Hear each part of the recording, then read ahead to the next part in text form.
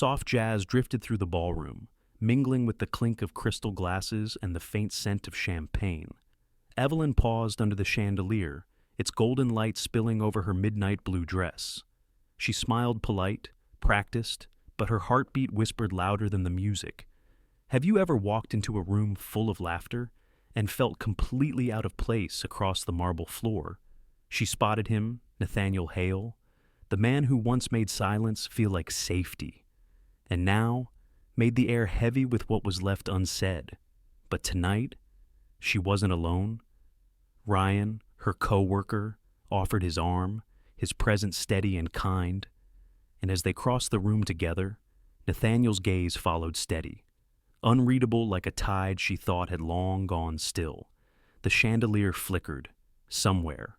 A cork popped, laughter rippled, yet beneath it all, something unseen shifted the quiet fracture between pride and longing. Evelyn's fingers tightened on her glass. She told herself it was just another charity gala, another night to endure. But hearts don't always follow reason, and eyes don't always hide what they feel. What she didn't know was that this evening the one she nearly skipped would awaken a storm neither of them had prepared for. And that's how it began. The night a single look changed everything. Strings swelled beneath the soft hum of conversation. Charleston's Harborview Hotel shimmered like a ship made of glass, its chandeliers dripping light across polished marble floors. Waiters in white gloves moved like quiet clockwork. Every sound, from the click of heels to the faint laughter by the bar, felt rehearsed. Evelyn paused just inside the entrance. Her hand lingered on the strap of her small clutch, steadying the flutter inside her chest. The scent of gardenias mixed with champagne. She told herself to breathe. "Come on," Ryan whispered beside her, offering an encouraging smile. His tuxedo looked slightly borrowed, his tie one shade off from black. "We're just here to help with the auction. Remember, not to impress the millionaires." Evelyn laughed softly, though the sound barely reached her own ears. "You make it sound easy." The grand ballroom opened before them like a stage. At every table, sequins sparkled, laughter rose, and the quiet power of money filled the air. Old money, new money, art world money, the kind that could buy silence or applause with a single nod. They moved through the crowd, nodding politely at people who barely noticed them. Ryan carried a clipboard, pretending not to feel the weight of every glance that skimmed over them like judgment. Evelyn felt it too. It wasn't cruelty, just the invisible line between guests and help. Her midnight blue dress caught the light as she turned. It wasn't designer, just something she'd altered herself, thread by thread, the week before. Still, it made her feel seen, even if the room preferred to look past her. The orchestra slipped into a slower rhythm. Glasses chimed. A photographer's flash caught her by surprise. For a second, she blinked into the brightness, and that's when she saw him. Nathaniel Hale. He stood near the bar, surrounded by men whose watches cost more than her year's salary. His presence was effortless, stillness wrapped in control. The kind of man who didn't need to speak to be heard. The kind whose name appeared in magazines beside phrases like visionary investor and self-made empire. Evelyn had seen his face before on gallery plaques, at the edges of fundraisers where he donated quietly but significantly. He was a myth made flesh, and yet, now, his eyes weren't on the art, or the auction, or the board members at his elbow. They were on her. She looked away quickly, too quickly. Her pulse misstepped. As that Ryan followed her gaze, lowering his voice, Nathaniel Hale, wow. He actually showed up. Evelyn forced a smile. Guess even legends need tax deductions. Ryan laughed, but she barely heard him, because when she glanced again, Nathaniel was still looking. Not the casual kind of glance one gives across a crowded room, something steadier, something that made her skin remember what it meant to be noticed. He raised his glass slightly, as if acknowledging her. She hesitated, unsure whether to nod back or disappear into the crowd. A woman in a silver gown swept past, laughing too loudly. "Darling, did you hear Hale's here? The auction will hit record numbers now." The laughter trailed off. Evelyn smiled politely, though she felt a small ache bloom somewhere behind her ribs. She wasn't part of their world. Not really, just someone passing through, holding a clipboard and pretending not to mind. Ryan led her toward the display of paintings set for auction. "We'll check the bid sheets, then maybe take a breath on the balcony," he said, but her mind was already elsewhere. The weight of Nathaniel's stare lingered, quiet and questioning. Nathaniel listened to the conversation around him, the chatter about stocks, gallery openings, weekend houses on Sullivan's Island. Words floated by like empty balloons. He nodded, smiled when required, but his attention kept drifting back. To her, the woman in blue. He didn't know her name, but he noticed everything else. The way she adjusted her clutch as if grounding herself. The way she smiled, polite but distant. The kind of composure that came not from privilege, but from practice. He'd built empires on reading people, investors, rivals, politicians. He understood motives, weaknesses, the subtle dance of human need. But this was different, uncalculated, disarming. "Nathaniel," someone said behind him, jolting him back. "You're not bidding on your own gala, are you?" He smiled faintly. "Not tonight." Still, he looked once more just in time to see Evelyn's laughter ripple under the chandeliers. It wasn't forced. It wasn't for show, and for reasons he couldn't explain. He envied whoever had made her smile. Back by the paintings, Evelyn leaned closer to Ryan. "Do you ever feel like everyone here's wearing a mask?" He grinned. "Sure, but at least theirs come with champagne." She smirked. "Mine came with parking validation." He laughed, and for a moment, she felt lighter. But when Ryan excused himself to check on the sound team, she found herself alone. The orchestra began another song, something elegant and slow, and the crowd shifted. Conversations rose and fell like waves. She took a step back from the art display, trying to find a pocket of quiet. Instead, she found him. Nathaniel stood a few feet away. No entourage now, no shield of formality, just him calm, impossibly composed. "Miss," he said, his voice low, smooth, carrying just enough warmth to unsettle her. "You have an eye for the details most people miss." She blinked. "Excuse me, the varnish." He nodded toward the painting she'd been studying. "Most assume it's just shine. You called it memory." Evelyn frowned softly. "You were listening? I was trying not to," he admitted. Her lips parted half surprise, half amusement. "Well, then I apologize for boring you." "You didn't," he said simply. His eyes lingered a fraction longer than necessary, and something in his chest shifted a quiet, unfamiliar pulse. Before either of them could speak again, Ryan returned with a quick nod. "They're starting the main auction." "You ready?" Evelyn nodded, breaking eye contact. "Of course." Nathaniel watched as she turned to leave, the hem of her dress catching a sliver of light.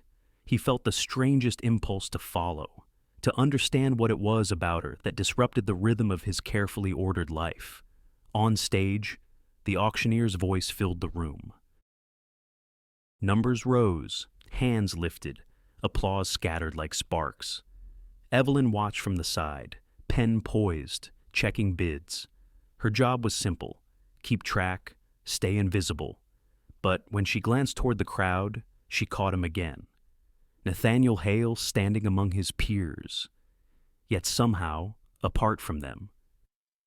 His gaze found hers across the noise, steady as ever, and just for a heartbeat. Everything else blurred: the music, the laughter, the shimmering facade. Only that look remained, quiet, searching. Evelyn dropped her gaze to her clipboard, pretending to focus, but inside, something shifted too, a faint, uneasy awareness that her life had just been nudged off its axis. When the final gavel fell, applause rippled through the hall. Ryan nudged her gently. "We did it. Best turnout in years." Evelyn smiled, but her thoughts were far away, caught between curiosity and caution. She gathered the bid sheets, tucking them neatly under her arm. Outside, through the tall windows, the harbor lights glimmered like patient stars. She told herself it was just another night, just another gala. But somewhere deep down, a quiet voice whispered nothing about this night would be ordinary again. The applause still lingered in the air, soft as falling petals. Nathaniel remained where he stood, one hand in his pocket, the other resting loosely at his side. The crowd around him shifted: executives, donors, art critics, all speaking in low, polished tones. Words about profit margins, partnerships, and press releases floated past him, meaningless noise against the rhythm in his chest. His eyes, however, refused to move from the woman in the blue dress. Evelyn? She stood a few tables away, her head tilted toward the young man beside her. Ryan. He recalled someone mentioning, the one organizing the auction logistics. They spoke easily, the kind of ease that came from shared effort, not flirtation, but the way she smiled, soft and unguarded, made Nathaniel feel an ache he didn't quite recognize. He'd seen countless faces across boardrooms and ballrooms. He could predict every polite laugh, every feigned compliment, but she didn't wear that armor. There was something quiet about her, grounded, like she hadn't come to impress anyone. And maybe that was exactly what disarmed him. A waiter passed, offering champagne. Nathaniel took one, though he barely tasted it. The bubbles tickled against his lip, sharp and cold. He watched as Ryan leaned in slightly, saying something that made Evelyn laugh, not the kind of laugh you use to fill silence, but the kind that spills out because it must. Her hand brushed Ryan's arm in that natural, thoughtless way friends do. Yet it landed in Nathaniel's chest like a stone dropped in still water. Jealousy. The word itself startled him. It wasn't a feeling he allowed room for. He'd spent his life mastering restraint. Emotions were variables he didn't negotiate with. And yet, there it was, steady and undeniable, pulsing behind his ribs. He turned slightly, pretending to listen to a conversation behind him. A man from the board was speaking about market trends. Another bragged about a new yacht. Nathaniel nodded once, just enough to seem engaged, while his mind drifted back to that laugh, to the way the light touched the side of her face. His assistant, William, approached quietly. "Sir, the CEO of Alcott and Myers would like to, not now," Nathaniel said, his voice calm but distant. William hesitated, then nodded. Stepping away? Nathaniel's eyes found her again. She was helping the auction staff collect the bid sheets. Careful, methodical. When a donor stumbled over his drink and nearly spilled champagne on the papers, she smiled, reassured him it was fine, and continued working without fuss. Most people here would have recoiled. She had grace without performance. He felt something tighten in his throat, an unfamiliar curiosity that felt dangerously close to longing. He caught his reflection in the glass of the nearest window. Perfect posture, impeccable suit, a man everyone admired, but few truly saw. Behind that reflection, she moved through the crowd like a patch of calm in a sea of excess. When Ryan returned to her side, Nathaniel noticed the way people looked at them, the assumptions that hung easily in the air. A man and a woman smiling together, comfortable, possibly more. His jaw tightened. He told himself it didn't matter. He didn't even know her last name. But logic and emotion rarely shook hands. Another toast began, and the room turned toward the stage. Nathaniel used the moment. He set his glass down, the faint sound of crystal on marble, and excused himself from his group. "I need a moment," he murmured. No one dared to question him. He walked along the edge of the ballroom, the sound of his shoes muted by the thick carpet. From here, he could see her more clearly. Evelyn and Ryan stood near the side table, laughing over something on the clipboard. She gestured animatedly, her bracelets catching the light, and he found himself watching her hands steady, expressive, real. He stopped beside a tall arrangement of lilies. Their scent was clean, sharp. For a brief second, he considered leaving it there, letting curiosity fade into the background of his disciplined life.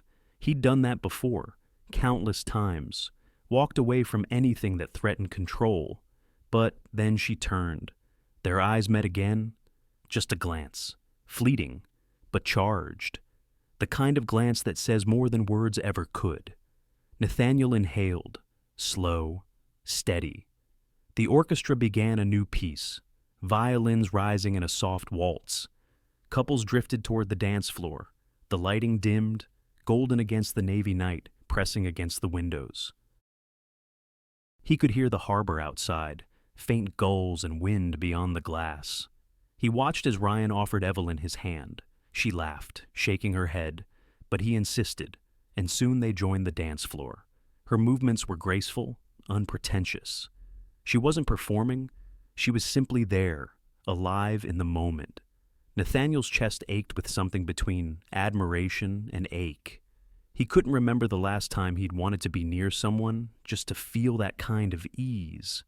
He thought of the women he'd dated, beautiful, intelligent, polished. None had made him feel unsteady. He finished his drink, set it aside. He needed air, or maybe he needed her presence to stop haunting every breath. Either way, his feet began to move before his mind caught up. As he crossed the ballroom, a few people turned, murmuring polite greetings.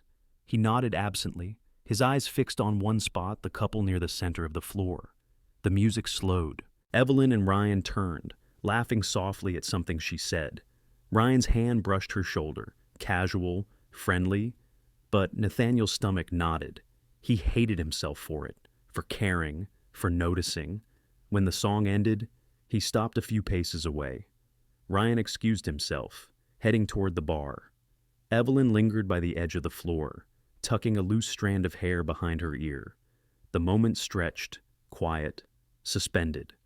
Nathaniel took a breath and stepped forward. "Miss," he said softly. She turned, surprise flickering across her face. Up close, he could see the faint freckles near her collarbone, the slight unevenness of her lipstick, the small details that made her more human than anyone else in that room. "Mr. Hale," she greeted, polite, uncertain. "I owe you an apology," he said. "For what?" "For staring." He admitted. "It seems I've forgotten my manners tonight." She blinked, unsure whether he was teasing. "That makes two of us," she replied, voice gentle but guarded. He smiled faintly, the kind that almost didn't reach his eyes. "Then perhaps we'll consider it even." A beat of silence. Around them, the music changed again, slower now, softer. People swayed, laughter dimming into murmurs. Nathaniel stepped back slightly. "Enjoy the evening." "Miss Evelyn," she said. He nodded once. "Evelyn." He let the name linger, like tasting it for the first time. "It suits you." Then he turned away, heading toward the balcony doors. Outside, the night air waited cool, briny, alive. He paused at the threshold, glancing back one last time. Evelyn was speaking to Ryan again, her head tilted, smile faint but warm. Nathaniel felt that familiar pulse return, quiet but insistent. For years, he'd built a world that never surprised him. Everything measured, everything planned. But tonight, under the soft chandeliers of Charleston, a stranger's laughter had undone that certainty in less than an hour. He exhaled slowly, stepping into the night. The harbor wind brushed his face, and the city lights shimmered across the water. Somewhere behind him, the orchestra began another song, and Nathaniel Hale realized with a strange, reluctant clarity that he had just crossed a line he could never uncross. The night air outside the ballroom carried the faint scent of salt and jasmine. The harbor wind slid through the half-open doors, stirring the curtains like a breath trying to steady itself. Nathaniel stood there for a moment, looking out toward the dark water. He could still hear the laughter inside, the low thrum of music, the clinking of glass. But his mind wasn't with any of it. He turned back just in time to see her step through the crowd again. Evelyn, the woman who had already stolen his focus for the past hour without saying a word. Her midnight blue dress caught a shimmer of gold from the chandelier, and for a brief moment, she looked almost unreal, like someone walking out of a dream he didn't remember having. She and Ryan were speaking with one of the art patrons. Nathaniel recognized the man, Bradley Lowe, famous for collecting what he didn't understand. Bradley laughed too loudly, his attention a little too fixed on Evelyn. She handled it with quiet grace, nodding, thanking him, moving the conversation forward. Nathaniel found himself admiring the way she never tried to fill the silence with charm. She simply let it be. When Bradley finally walked away, Ryan leaned close and whispered something that made Evelyn smile again. A soft, honest smile. Nathaniel felt that small, uninvited pulse in his chest return. Before he could stop himself, his feet were already moving toward them. Ryan noticed him first. "Mr. Hale," he greeted, straightening slightly. "Good to see you again." Nathaniel nodded, his tone polite but cool. Likewise, his eyes, however, stayed on Evelyn. "Mr. Hale," she said, her voice calm, carrying that quiet steadiness he found impossible to ignore. "I wanted to thank you," Nathaniel said, "for the work you've done tonight. The auction went smoothly."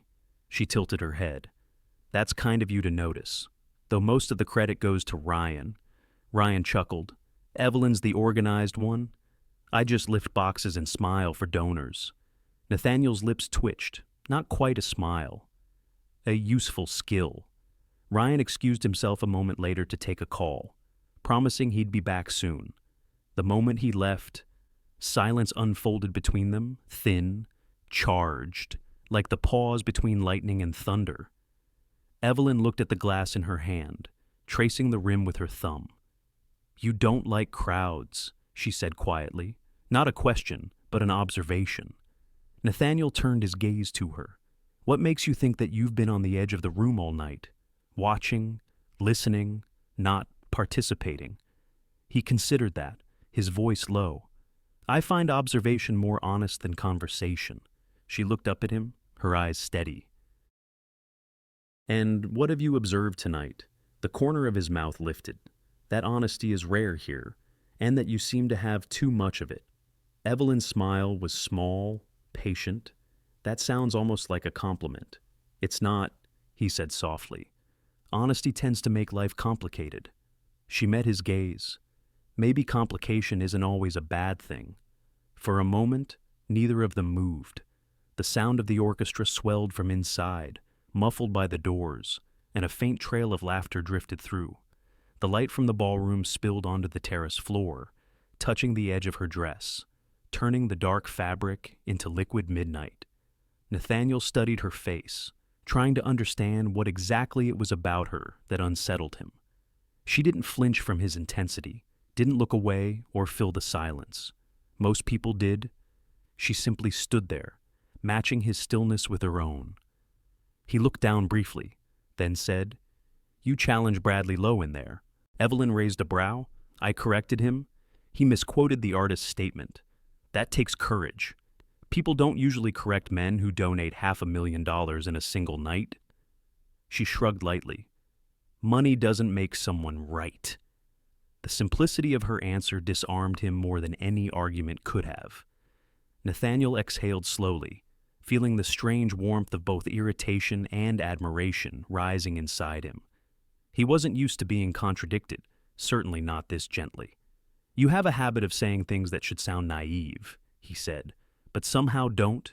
Maybe you've just been around too many people who are afraid to sound naive," she replied. That earned her the smallest real smile from him. Quick and quiet, perhaps. Another pause. The wind shifted, carrying the faint hum of boats on the water. Evelyn looked toward the harbor lights. Beautiful, isn't it? The view. Nathaniel followed her gaze. Yes, though I've seen it 1,000 times. "Maybe not like this," she said. "Sometimes it takes someone new to remind us what we've stopped seeing." He watched her profile as she spoke, the way her hair moved in the breeze, the calm certainty in her voice. He felt something inside him give way. Something he hadn't noticed was locked. Before he could respond, Ryan returned, cheerful, oblivious to the tension in the air. "Apologies," he said. "Work emergency." The sound system for tomorrow's event crashed. Typical. Evelyn smiled. "You'll fix it. You always do." Ryan grinned. "I'll try. Are you two coming back in?" "They're starting the final piece for the night." Nathaniel glanced toward the ballroom. "You go ahead. I'll join in a moment." Ryan nodded and disappeared again through the doors, leaving them once more in the quiet half-light. Evelyn exhaled softly. "You really do prefer distance, don't you?" He turned to her. "What makes you say that?" "You keep finding reasons to stay just outside the room. Even now." She looked at him then, eyes clear, tone steady. "You're watching your own life happen from a safe distance. Does it ever get lonely there?" Her question landed like a hand against his chest, gentle but deliberate. He wasn't prepared for it. Nathaniel's jaw tightened, his voice low. "I wouldn't call it lonely." "Then, what would you call it?" He hesitated, then said, "Necessary." Evelyn's gaze softened, but she didn't look away. "Maybe once, but at some point, distance stops protecting you. It just keeps you from being seen." He opened his mouth to reply, but no words came. Instead, he let the silence fill the space again, aware of the steady rhythm of her breathing, of how close she stood. Inside. The orchestra reached its final crescendo. Applause rippled through the air. Evelyn looked toward the sound, then back at him. "You should go in," she said quietly. "People might start wondering why the host of the evening is hiding on the balcony." He nodded slowly. "And you, I'll follow," she said. Eventually, Nathaniel took a step back, his eyes still on hers. "You're different, Evelyn." Her smile returned faint, knowing. "Everyone is. Once you stop looking from a distance." For a heartbeat, neither of them moved. The world around them held its breath. Then Nathaniel turned, pushing open the glass door. The light swallowed him as he walked back inside. Evelyn stayed behind for a moment, her fingers brushing the cool railing, feeling the night air against her skin. She didn't know why her chest felt so tight, or why his voice lingered in her mind like a song that wouldn't fade. Inside, Nathaniel paused by the doorway. Through the reflection in the glass, he saw her still standing there, framed by the harbor lights. Something inside him shifted again, subtle, certain. He knew, without quite knowing why, that this was only the beginning.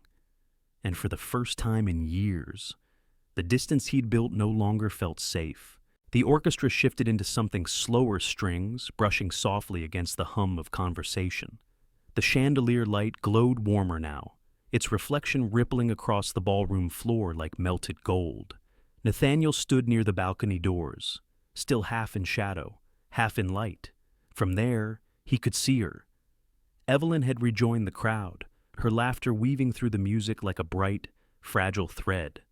Ryan was beside her again, speaking animatedly, and she was smiling in that open, unguarded way that made her seem untouched by the pretension surrounding them.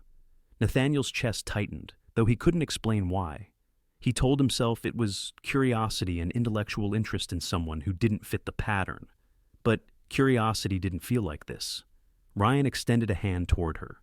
"One dance," Nathaniel heard him say, just loud enough to carry. Evelyn hesitated, then nodded, letting him lead her to the floor. Nathaniel's hand curled around the edge of his glass, knuckles whitening. He forced his face into composure, the practiced calm that had carried him through decades of negotiations and loss.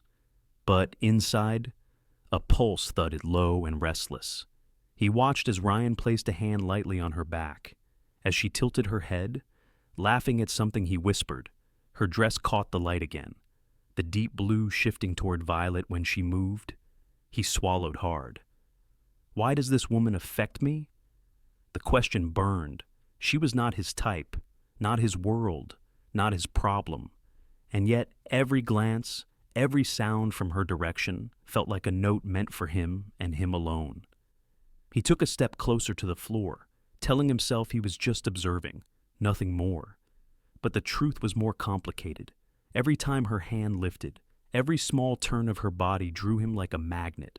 Ryan was smiling, easy and familiar. Evelyn looked comfortable, too comfortable. Jealousy. The word had become an unwanted echo. Nathaniel set his drink aside. The music swelled, and the dancers rotated under the chandeliers like slow-moving stars. He could have left, should have, but his feet stayed rooted, his gaze locked on her. She glanced up once, perhaps sensing him, and for a fleeting second, their eyes met across the crowd. It was nothing more than a brush of attention, but it struck him like lightning. The noise faded, the people blurred.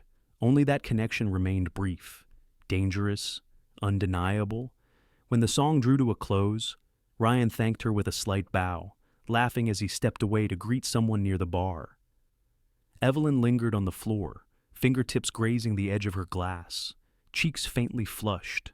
The lights above flickered just enough to cast a soft shimmer over her skin. Nathaniel crossed the room before he could think better of it. His presence drew attention. As it always did, conversations paused. Glances followed, but he ignored them. He stopped just a breath away from her, voice low. "Miss Hart." She turned, startled but composed. "Mr. Hale." He gestured slightly toward the dance floor. "Would you give me this one?" Her lips parted, uncertain. "I'm not sure it's just a dance," he said gently. "No business, no expectations." Evelyn hesitated. For a moment, the distance between them felt like a living thing, thin as glass, fragile as air. Then she nodded, placing her hand in his. The warmth of her skin startled him. Not heat. Exactly something quieter, steadier. He led her onto the floor. The orchestra began a new song, something slower still, the kind that seemed to fill the spaces between heartbeats. Nathaniel's hand found the small of her back, his other hand holding hers just above their shoulders. She was light in his arms, yet he felt the weight of her presence in every nerve. They moved together, tentative at first, then more certain as the rhythm carried them. Neither spoke. The world around them faded to a blur of soft laughter and shifting silk. Only the faint scrape of their shoes against the floor remained, the subtle rustle of fabric, the pulse that neither wanted to name. Evelyn looked up once, meeting his eyes. The moment stretched too long to be polite, too short to satisfy. He could feel the question in her gaze, unspoken but clear. "Why me?" Nathaniel's breath caught. "You make it difficult," he murmured before he could stop himself. Her brow furrowed slightly. "To what? To think?" His voice was low, almost a confession. To keep distance. Evelyn's lips curved, not in amusement, but in quiet disbelief. "I didn't ask you to watch me from across the room. I know." His hand tightened slightly around hers. "But I did." She looked away then, focusing on a point beyond his shoulder. "You don't seem like the type who loses focus." "I'm not," he said, his tone caught between honesty and irritation. "Until tonight." Silence fell again, filled only by the music. Nathaniel exhaled, steadying himself. He wasn't used to admitting weakness, not to anyone, least of all to a woman he'd just met. Yet something about her peeled away the layers he'd built around his life. One glance at a time. Evelyn looked back at him. "You're used to control, aren't you?" He almost smiled. "You say that like it's a flaw." "Maybe it is," she said softly. "Control keeps you safe, but it also keeps you alone." Her words landed deeper than he expected. He didn't answer. He couldn't. Instead, he guided her through another slow turn, his hand at her back anchoring her closer. The air between them tightened, humming with something that had nothing to do with the music. When the song began to fade, she slowed her steps, stopping just before the final note. They stood still in the quiet that followed, breaths overlapping, the world narrowing to the space between them. Nathaniel lowered his voice. "You danced with him first." Evelyn blinked. "Ryan." He nodded once. "Yes." A faint smile tugged at her mouth. "Was that jealousy? Mr. Hale?" He didn't answer immediately. His gaze dropped, then returned to her face. "I don't like it," he said at last, almost to himself. "It's not familiar." Her tone softened, touched with amusement. "Maybe it's good for you." "Is it?" She tilted her head, eyes warm but steady. "It means you still feel something." For a moment, Nathaniel forgot how to breathe. He looked at her, really looked, and something inside him loosened a thread pulled free from years of restraint. The orchestra began another song, louder this time, and the moment broke. Evelyn stepped back, her hand slipping from his. "Thank you for the dance," she said. He inclined his head. "The pleasure was mine." She started to turn away, but he caught her wrist lightly, just enough to stop her. "Evelyn." She looked back. His voice was barely above a whisper. "Don't disappear yet." Her expression softened, a hint of curiosity flickering behind her eyes. "I wasn't planning to." Nathaniel released her hand, letting the space between them open again. She smiled once small, unreadable, then turned and walked toward the balcony. He watched her go, the sound of her footsteps fading beneath the swell of the next song. For a long time, he stayed there, still among the moving crowd, aware of every beat of his own pulse. And when he finally looked toward the door she disappeared through, he realized something that both terrified and thrilled him. He wasn't in control anymore. The ballroom had thinned out, the noise dissolving into a soft hum of footsteps and closing conversations. The chandeliers dimmed, their light mellow and tired, like the end of a long confession. Evelyn stood near the window, her clutch in one hand, eyes tracing the faint glow of boats drifting on the harbor. It was late, but her pulse hadn't settled. Behind her, she could still feel the ghost of Nathaniel's touch, his hand guiding her through the dance, the heat of his voice close to her ear. She hated that she remembered the rhythm of it, hated that she didn't want to forget. Ryan reappeared with 2 glasses of water, his tie loosened, his grin easy. "You look like you just survived a war," he said. Evelyn took a sip, grateful for the distraction. "Something like that?" He followed her gaze out the window. "Beautiful night." She nodded. The word barely escaped her. Ryan studied her a moment, then smiled knowingly. "He's still here, you know?" "Who?" Ryan laughed softly. "The man whose name is on half the donation checks tonight." Evelyn turned, catching sight of Nathaniel across the room. He stood in conversation with an older couple, perfectly composed, his expression neutral. Yet, even from a distance, she could feel the subtle gravity of his attention. He wasn't looking at her, not directly, but he didn't have to. The awareness was enough. "Don't," she murmured. Ryan blinked. "Don't what?" "Don't read into things." He held up his hands. "All right, no reading. Just observation." Evelyn smirked despite herself. "You sound like him." That made Ryan laugh harder. "God forbid." Nathaniel's conversation ended, and before Evelyn could turn away, his eyes found hers, calm, certain, like he'd already made a decision. She looked down, pretending to adjust the clasp of her purse. But when she looked up again, he was walking toward her. Her breath caught. The sound of his shoes against the marble floor seemed too loud, too deliberate. Ryan straightened slightly, watching as Nathaniel stopped just a step away from them. "Miss Hart." His tone was warm, but restrained. "Mr. Hale," she replied, polite, careful. Ryan gave them both a look that hovered somewhere between curiosity and concern. "I'll check with the staff about cleanup," he said, though they all knew it was an excuse. He slipped away, leaving the two of them in a fragile quiet. Nathaniel's gaze softened. You look ready to leave. I was. He nodded once, as if confirming something to himself. I thought you might. Silence hung between them, the kind filled not with emptiness, but the weight of unspoken things. Evelyn broke it first. Was there something you needed, Mr. Hale? He hesitated, then said, Dinner. Her brows lifted slightly. Dinner. Yes. He met her eyes fully. With me. She blinked, the word catching her off guard. That's unexpected. Then I'm glad. His tone stayed even. You strike me as someone who appreciates honesty. And I don't want to pretend this is about business. It isn't. Evelyn looked away, the harbor lights reflecting in her eyes. You don't know me. No, he agreed softly. But I'd like to. The directness of it left her momentarily still. She had met men like him before, confident, powerful, accustomed to the world bending in small ways around them, but there was something quieter in his voice tonight. No performance, just intent. Mr.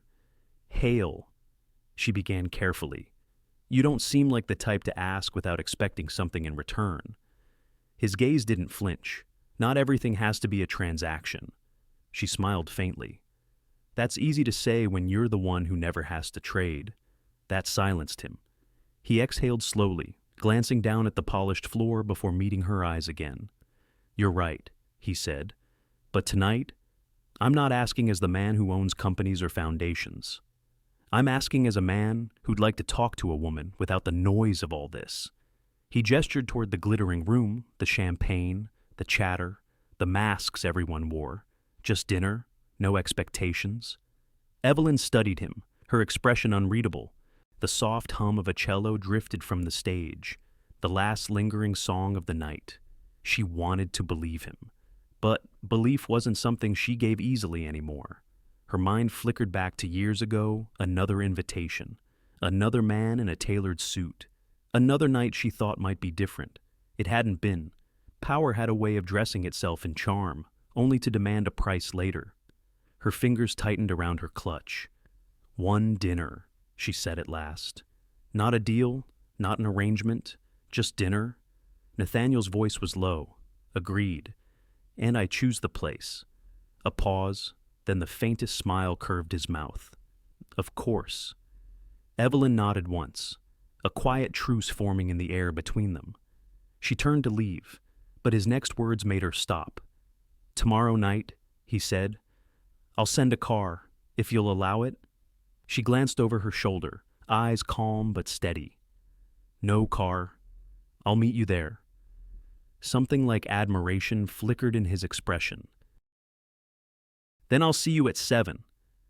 She gave a small nod, then walked away, her heels clicking softly against the marble, her silhouette fading into the golden light near the exit. Nathaniel watched her go, the faintest sense of unease coiling in his chest. It wasn't rejection. It was the unknown, the feeling of standing at the edge of something he couldn't predict or control.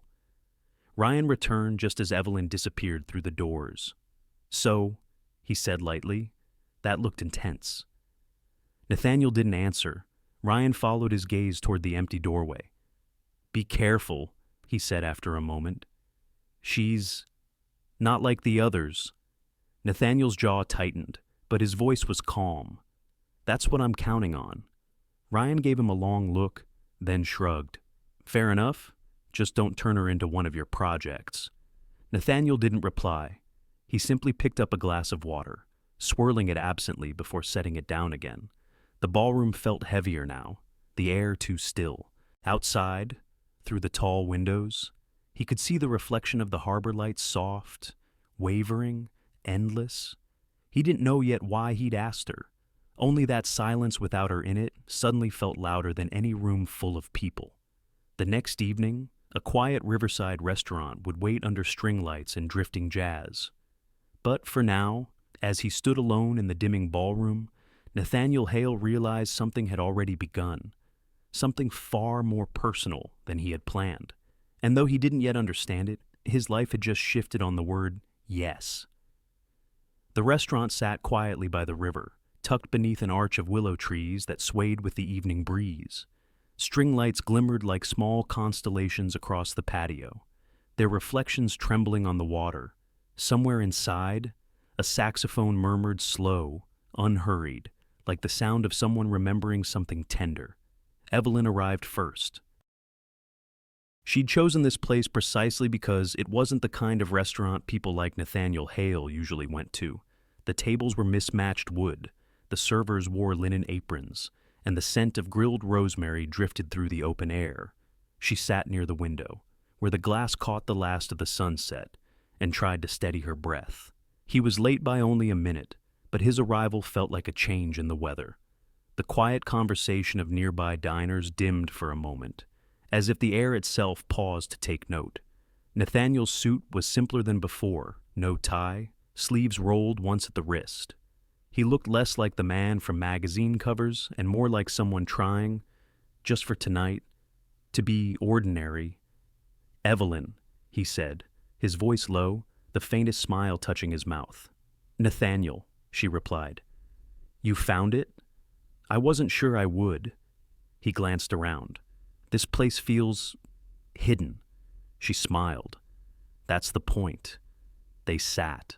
The waiter brought water and a small basket of bread, the kind that came still warm from the oven.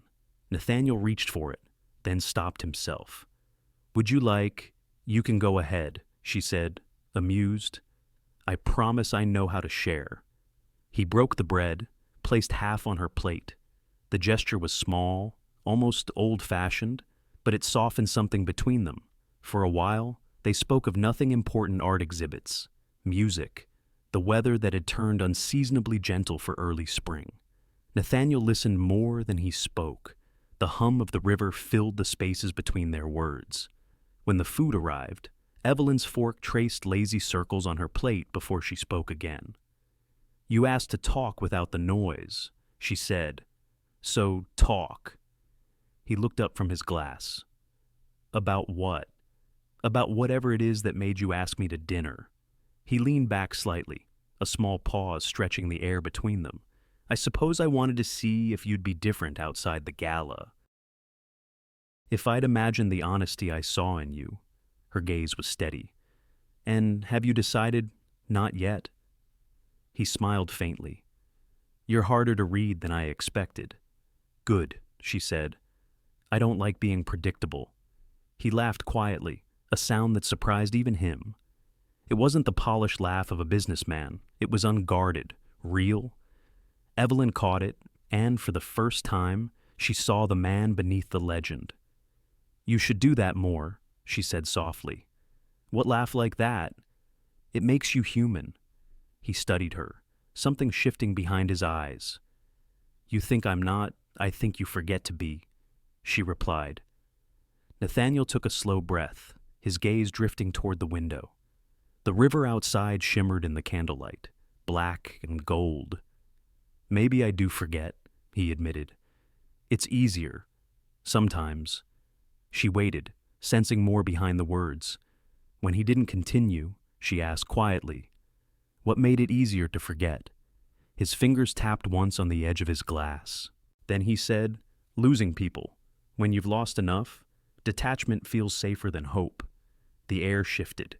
He didn't sound like a man seeking pity, just someone stating a quiet truth. Evelyn set her fork down. "Who did you lose?"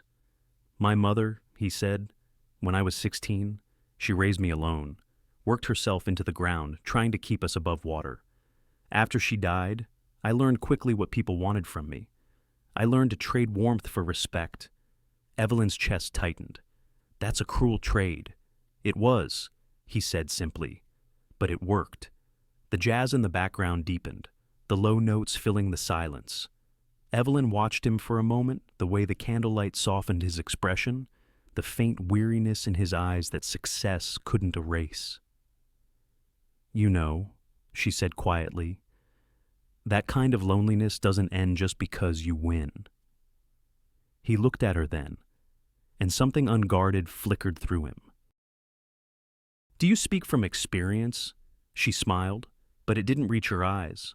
"I grew up in a house where silence was louder than love. My parents worked double shifts, barely home. I used to sit at the kitchen table and draw just to make the walls feel less empty. You paint I used to, she said. Now I work in restoration. I like bringing color back to what's faded. Maybe it's my way of fixing what I couldn't as a kid. Nathaniel's voice softened.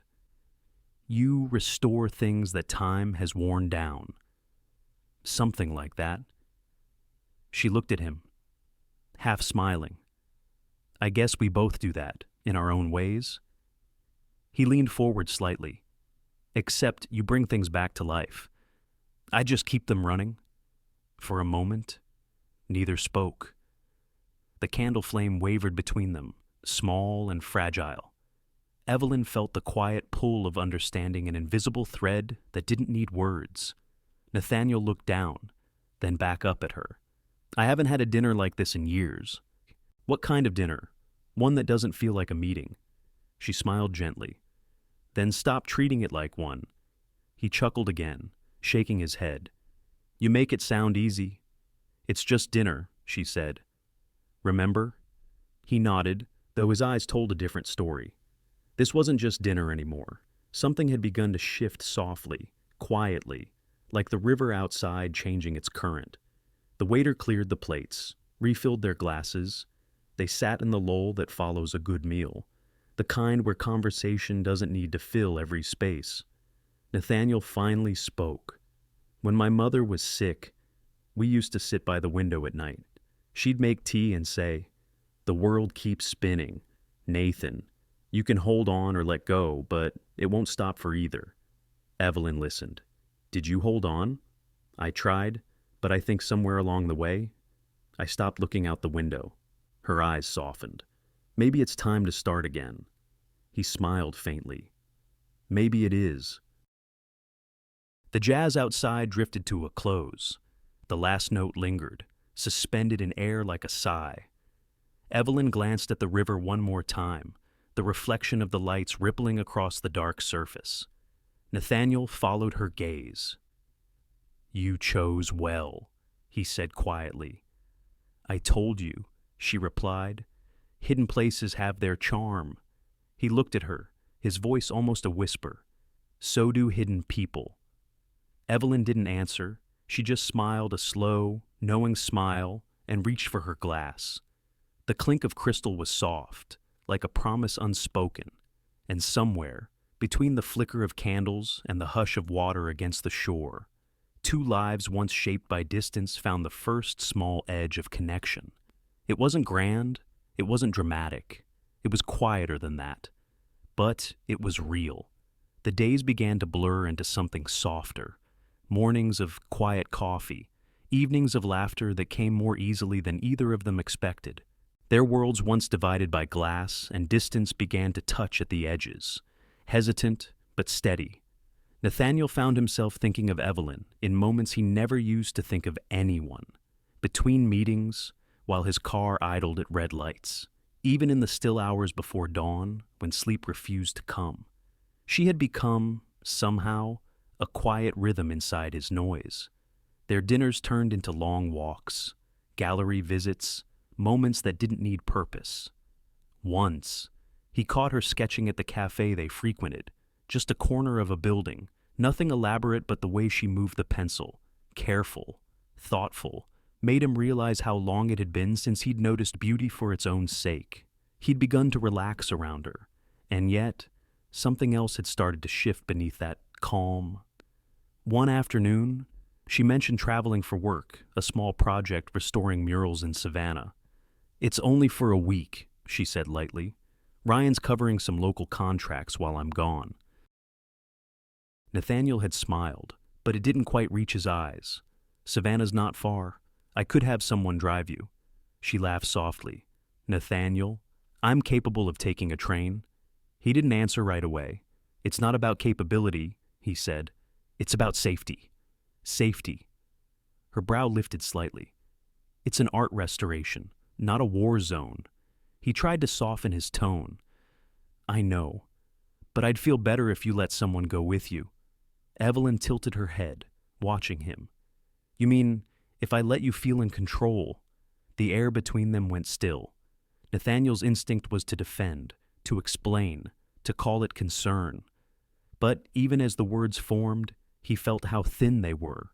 Control had always been his refuge, the armor that kept his world in order. But with her, it was starting to look like a cage. He leaned back slightly, exhaling through his nose. "Maybe I overstep," he said at last. "It's a habit I've had to survive by." Her expression softened. "I know, but I'm not one of your investments. You don't have to manage me." Her voice wasn't sharp, it was steady, kind, almost sad, and that made it harder to hear. That night, Nathaniel couldn't sleep. He poured himself a glass of whiskey, the amber light catching the edges of his reflection in the window. Beneath the city skyline, his own face looked unfamiliar, like a version of himself he didn't entirely trust. He thought of his mother again, how she'd done everything alone, how she'd told him control was safety, that love, unchecked, could destroy a person. But Evelyn wasn't trying to destroy him. She was just asking to breathe. He found himself at her gallery 2 days later, unannounced. She was standing on a small step ladder, arranging new pieces for an exhibit, her hair tied back loosely, smudges of charcoal on her wrist. She looked ordinary and beautiful in the same breath. "You didn't call," she said, not looking down. "I was in the neighborhood." She smiled faintly. "Your office is 5 miles away." He didn't deny it. He stepped closer, watching her adjust the frame of a coastal landscape. "It's slightly crooked," he said. Evelyn climbed down, turned, and handed him the level tool. "Then fix it." He did. And when the line hit center, she said, "Perfect. Now you can say you helped." He smiled despite himself. "You always find ways to make me useful." "Not useful," she said. "Present." That word lingered. He followed her around the gallery for a while, her voice low as she talked about each piece. The stories behind the artists.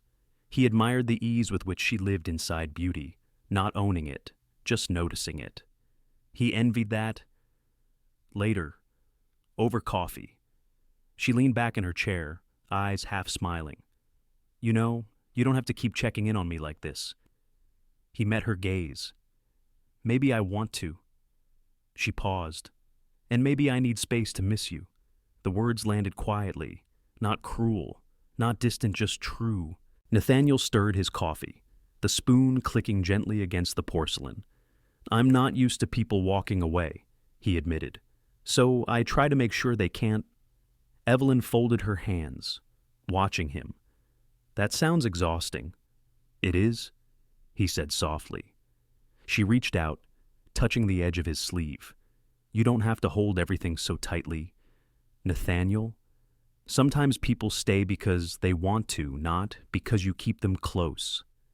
The moment was small, but something in him shifted, like a lock beginning to turn. Days passed. They kept seeing each other dinners, small errands, late-night talks. But now, Nathaniel noticed every place where his instinct to control crept in the subtle way he planned her schedule, the protective tone that slipped into his words when she mentioned other people. Each time, Evelyn would meet him with calm defiance, and it disarmed him more than anger ever could. He started to understand that his greatest strength, his ability to control outcomes, was also the thing standing between him and peace.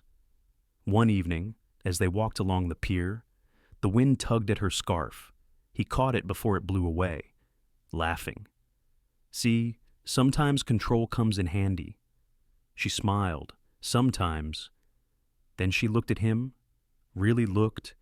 "Just don't confuse holding on with holding hostage." He froze, half a smile still on his face. The words weren't sharp, but they landed deep. He nodded slowly. "You're not afraid to say what you think?" "I've been quiet for too many years," she said. "Silence feels like permission." They stood there for a while, the wind brushing salt against their cheeks, the sound of waves breaking softly below. He wanted to reach for her hand, but he didn't. Something about that restraint felt important, a lesson in itself.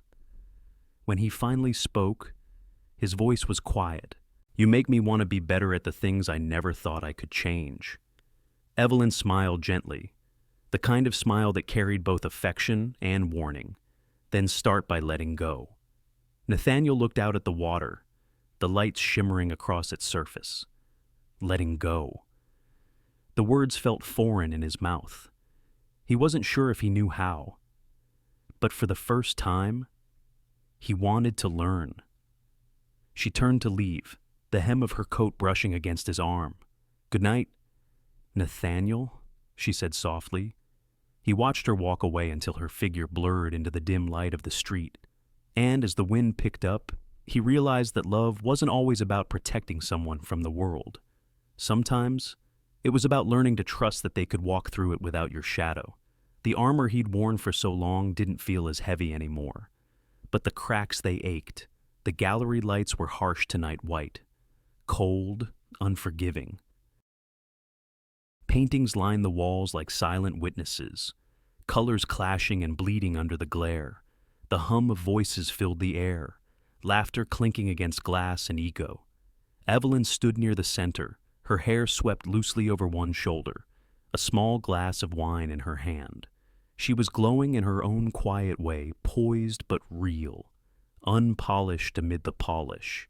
Nathaniel had been watching her from across the room, pretending to be engaged in some conversation with a board member. Though his attention hadn't shifted once, she was talking to someone, a man, the artist hosting the exhibit, a young painter named Luca Morales, charismatic, reckless, the kind of man who spoke with his hands, who leaned too close when he laughed.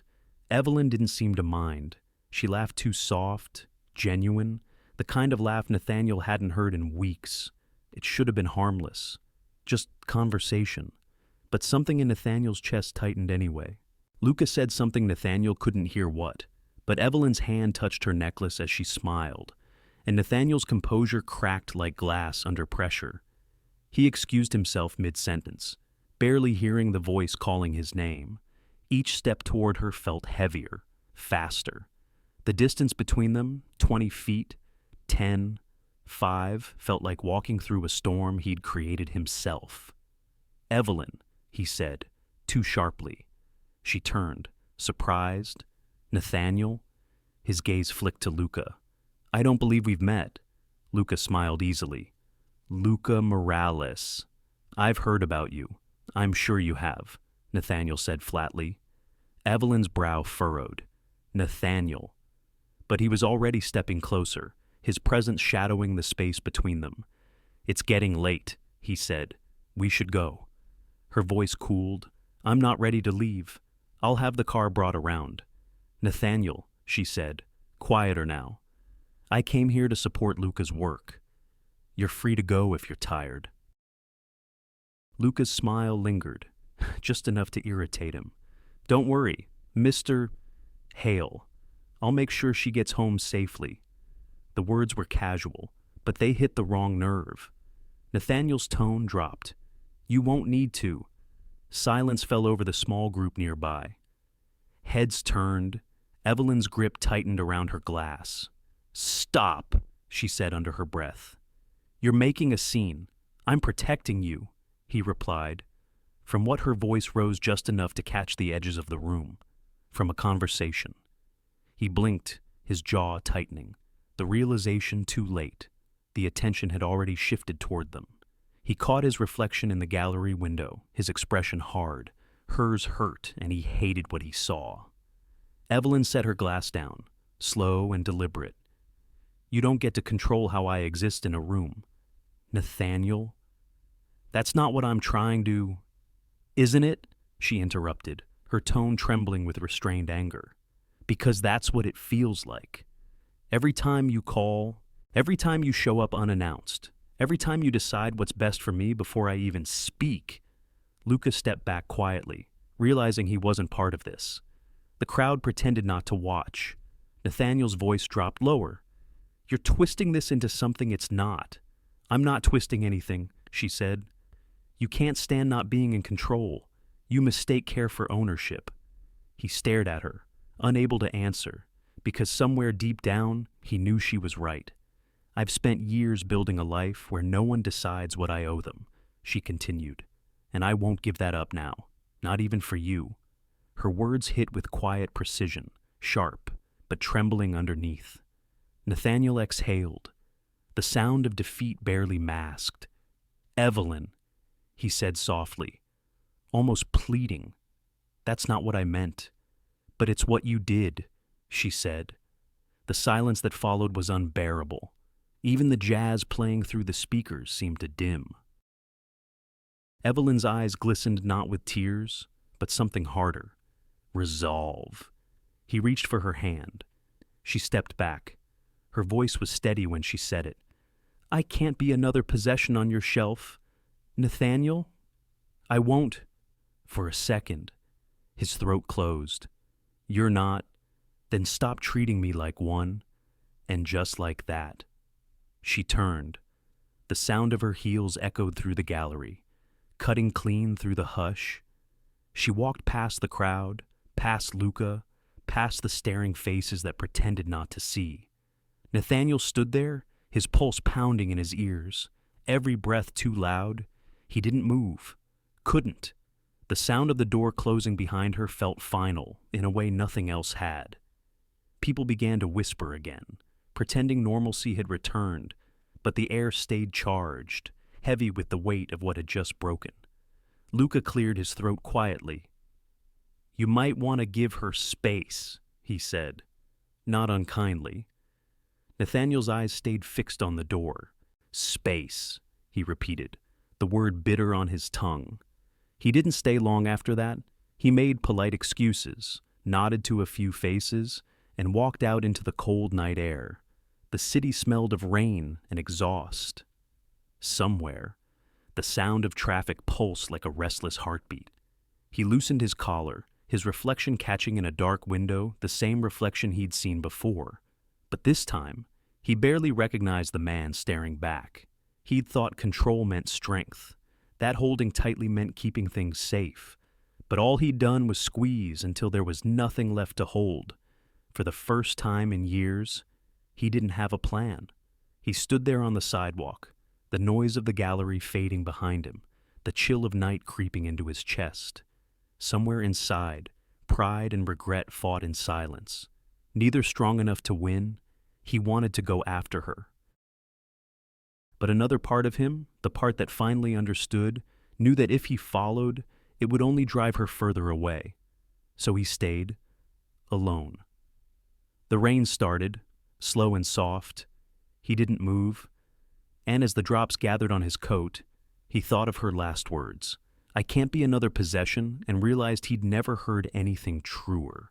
The control he'd clung to his whole life had finally turned to dust in his hands. The days turned thin.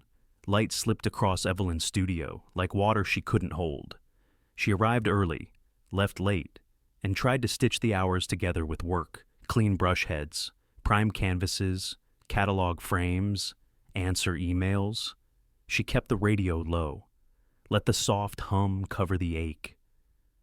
The city moved outside her windows like a quiet river.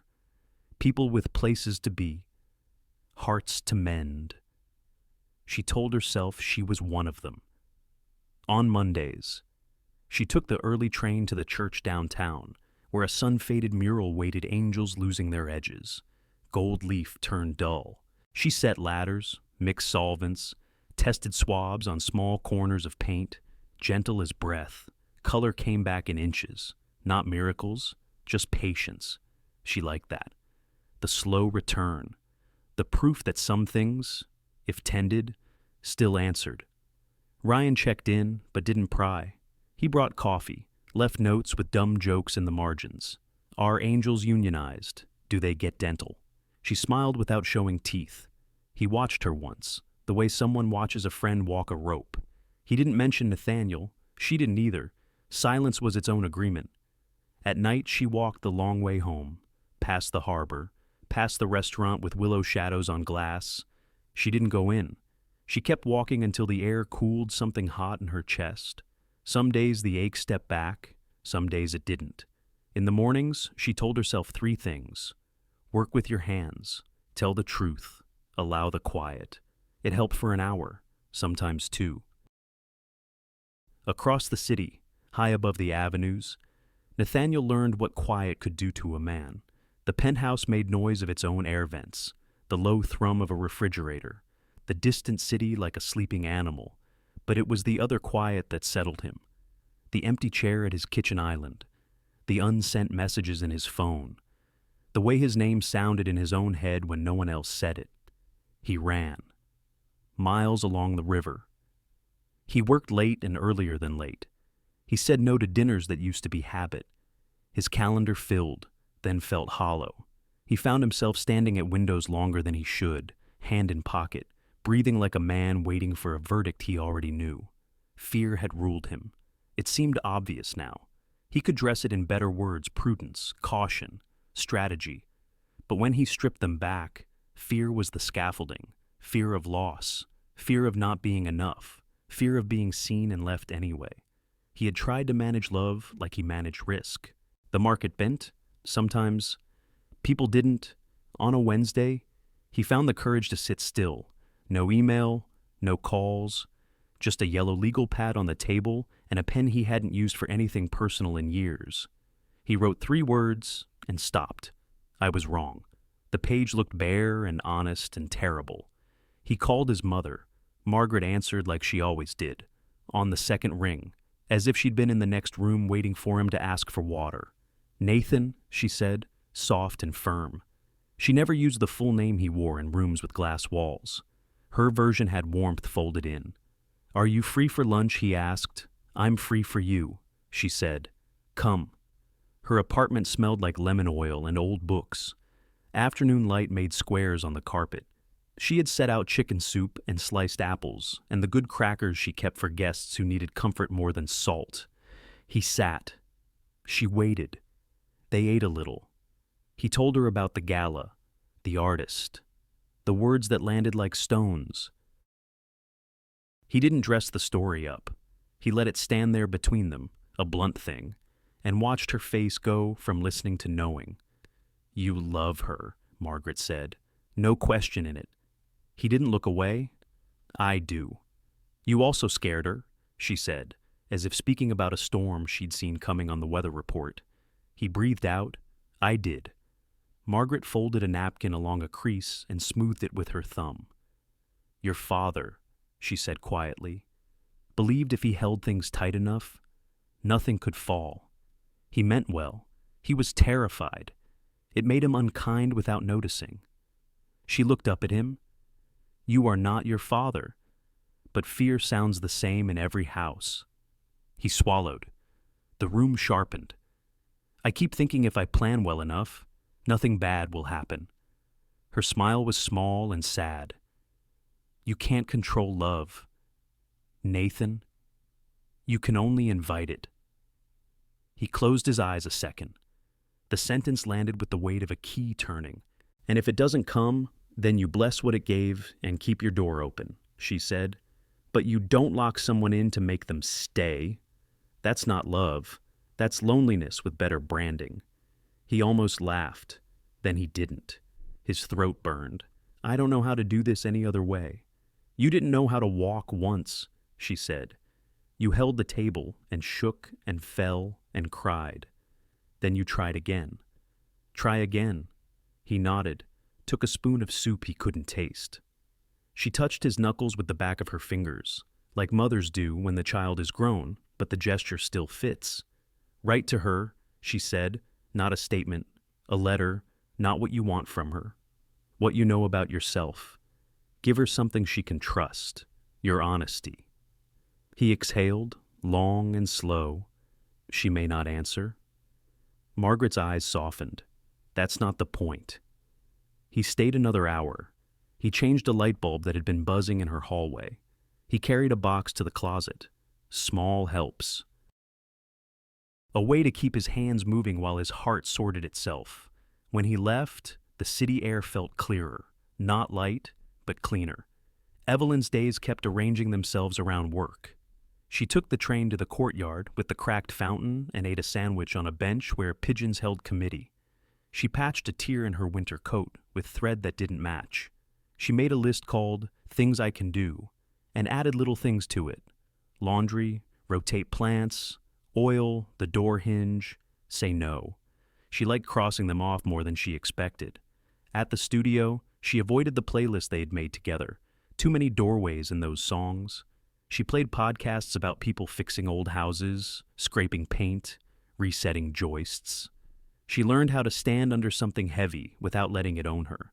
Sometimes she pictured him at a table with paper. It was an image that arrived uninvited, then left. She didn't fight it. She let it pass like weather. Nights were harder. That was true before and after. Nights had a way of turning truth up. She let herself cry once, quietly, the way you cry when you don't want to teach your body to expect relief. Then she wiped her face with the hem of a towel she used for brushes and slept 6 hours without dreams. In the tower where the city thinned into sky, Nathaniel wrote, he didn't try to make it right in one pass. He wrote crooked, stopped, crossed lines out, started again.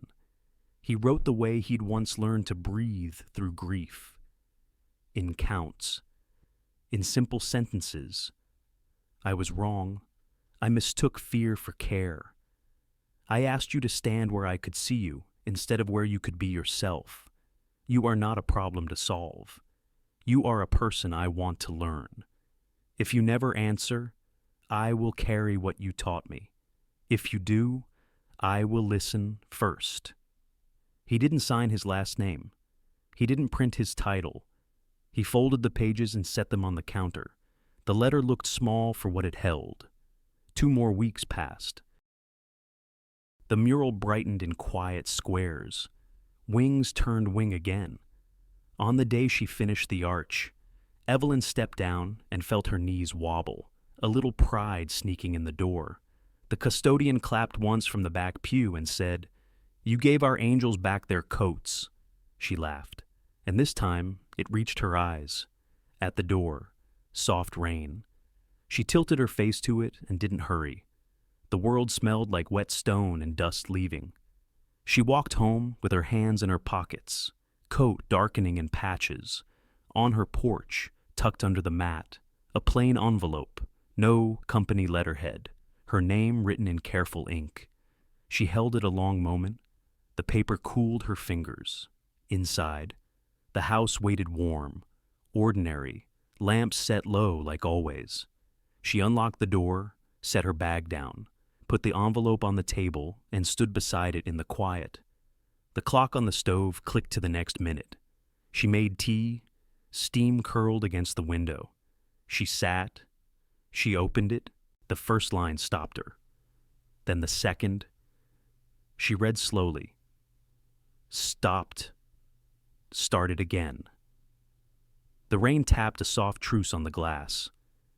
When she finished, she set the pages down and pressed her palms against them as if to keep them from lifting away. Outside, a siren passed, then faded. In her chest, something shifted, maybe not forgiveness. Not yet, but a loosening around the place where anger had slept. She stood, walked to the window. The streetlight caught in the wet leaves and made them look like they were whispering. She touched the edge of the letter again. A long breath left her, and in it was a decision she hadn't named but recognized. She didn't reach for her phone. Not that night. She let the words stay, the way fresh paint stays until it cures. She turned off one lamp, then another. The house narrowed to warm pockets. Her tea cooled on the counter. On the table, the letter lay open to the last line. A line that asked nothing and, somehow, asked everything. And somewhere between the low hum of the refrigerator and the rain easing to mist, Evelyn knew what tomorrow would bring. Not an ending, a reply. The letter had sat on Nathaniel's desk for 3 days, unsent, folded, waiting. The paper had softened at the edges where his fingers kept returning, tracing the same lines, as if touch could make courage appear. Outside, rain pressed against the glass, soft and relentless. Inside, the city blurred to watercolor. He had written it in one night, the kind of night when silence weighs more than noise. No alcohol, no distractions, just ink, a dim lamp, and the kind of honesty he had spent a lifetime avoiding. Each sentence came slowly, carved out like confession. He'd begun with her name, Evelyn. Nothing fancy, just that single word. He had stared at it for minutes, realizing how much weight 5 letters could hold. Then he wrote, "I was wrong. About so many things. About how strength works. About how love behaves when it's afraid. I thought control was care. I thought protection meant possession. I see now that fear wore both those masks." He stopped there once, pen hovering, then continued, "I miss the sound of your laugh when you forget to hide it. I miss your silence even more. The kind that doesn't need filling. The kind that made me realize how much noise I had carried all my life. I don't expect forgiveness. But if I ever mattered at all, I hope you'll believe this. I'm trying to unlearn the man I became before you." At the bottom, he didn't sign Nathaniel Hale. He just signed N, the same way she once teased him for shortening everything that mattered. When he finished, he sat there for a long time, the ink drying in the quiet. The city lights stretched across the window pane like cracks in glass. He wanted to send it, but fear held his hand still. Fear of what silence might follow. Fear of what it might mean if she didn't care enough to answer. So he folded it, placed it in an envelope, and left it on the corner of his desk, like a wound dressed but not yet healed. For 3 days, it stayed there, until Ryan came by. He had stopped in for a meeting, something about an art grant or a foundation merger, but as soon as he saw the envelope, he recognized the handwriting. He didn't ask. He just said, "You wrote to her." Nathaniel nodded once. "I did. Did you send it?" "Not yet." Ryan studied him for a moment. "Do you want her to know? Or do you want to stay safe?" The question lingered like smoke. An hour later, when Ryan left, the envelope went with him. Nathaniel didn't stop him. He just stood by the window, hand in his pocket, and let the sound of the elevator closing feel like both loss and release. Evelyn found the letter 2 evenings later. It was tucked between the pages of a portfolio Ryan had dropped off at the studio, along with a note. "He didn't ask me to, but I thought you should see this." She turned the envelope over in her hands. Cream paper, no name on the front, but she knew the writing, the careful slant, the slight hesitation in every line. She hesitated too. For a long time, the tea she'd been making cooled on the counter. The studio went still. Finally, she opened it. The sound of paper unfolding filled the room, small and intimate. Her eyes moved slowly over each line. She read once, then again. The words seemed to breathe as she did, aching. Quiet. Real. When she reached the line, I thought protection meant possession. Her throat tightened. She had told him that once, without cruelty. But it had landed hard. Now she saw it echoed back to her, raw and honest. By the time she reached the end, she had to sit down. The letter trembled slightly in her hand, as if it knew it carried something alive. He hadn't asked her to come back. He hadn't begged. He hadn't dressed it in apology that sought reward. He had simply told the truth, and somehow, that truth hurt more gently than she expected. She set it on the table, beside her cup. Steam no longer rose from the tea. The room smelled faintly of turpentine and rain. Her heart felt both heavy and hollow. She tried to go back to work, tried to pick up the brush she'd been using to restore a small coastal painting, but her hand wouldn't steady. The sea on the canvas stayed gray and dull, refusing to move. She sighed, set the brush down. Her mind drifted back to their dinners, their walks, the quiet moments between conversation. The way he'd looked at her not like someone trying to win, but like someone remembering what peace felt like. Then the night at the gallery, his anger, the sharp edge in his voice, her own voice, shaking but sure. "I can't be another possession." She remembered walking away, her pulse wild, her pride carrying her through the door, and yet, now, sitting in this quiet room, pride felt thin against the sound of his words. She reached for the letter again, ran her thumb over the signature, just N, simple, bare. Her breath caught. She thought of calling him, of hearing his voice, low and careful, the way it always was when he wasn't sure what she'd say next, but she didn't. Not yet. Some things, she knew, needed space to settle before they could stand. Instead, she placed the letter back in its envelope and set it on the windowsill. The moonlight caught the edge of the paper, making it glow faintly, like it belonged somewhere between past and forgiveness. She made a cup of fresh tea, sat near the window, watched the river below move slow and dark. The reflection of streetlights broke apart on the surface, rejoining, breaking again like something learning to heal. She whispered, almost to herself. "You're trying? I can see that." Her voice barely carried beyond the room. The clock on the wall ticked steady. The air was warm, still scented with jasmine from the plant she'd rescued weeks ago. She had nearly let it die, but somehow it bloomed again. 2 small white flowers, against all odds. She looked at them for a long time, then at the letter. Forgiveness didn't arrive like a storm. It came in pulses, quiet and hesitant. It came when she stopped fighting the thought of his name. Outside, the rain began again, light and rhythmic. She leaned back in her chair, eyes tracing the window pane. Maybe she would call him. Not tonight, but soon. She wasn't sure what she'd say, only that she wanted to hear how his silence sounded now, whether it still carried pride or something softer. She picked up the letter once more, pressed it against her chest, and closed her eyes. For the first time in weeks, her breathing matched the rhythm of the rain, and somewhere, across the city, Nathaniel stood on his balcony, watching the same storm begin. He didn't know she had read it yet, but he felt something shift. The air, the pulse, the quiet between lightning strikes. It was as if the world had just taken a deep breath. The rain came early that morning, a fine silver mist drifting across the harbor like breath. The park was almost empty, just a handful of joggers, a couple sharing an umbrella, and the low hum of the water brushing against the pier. Evelyn stood near the old oak bench by the railing, her hands buried in her coat pockets. The letter was folded inside one of them, worn at the corners now from being read too many times. She had agreed to meet him 2 days ago. Her message had been short. Saturday, 10 a Harbor Park.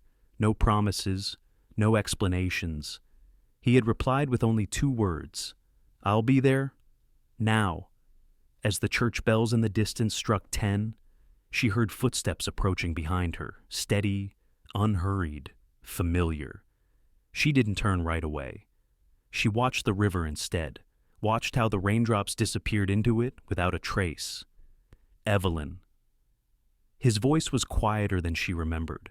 No sharpness, no command, just her name, carried gently through the mist. She turned.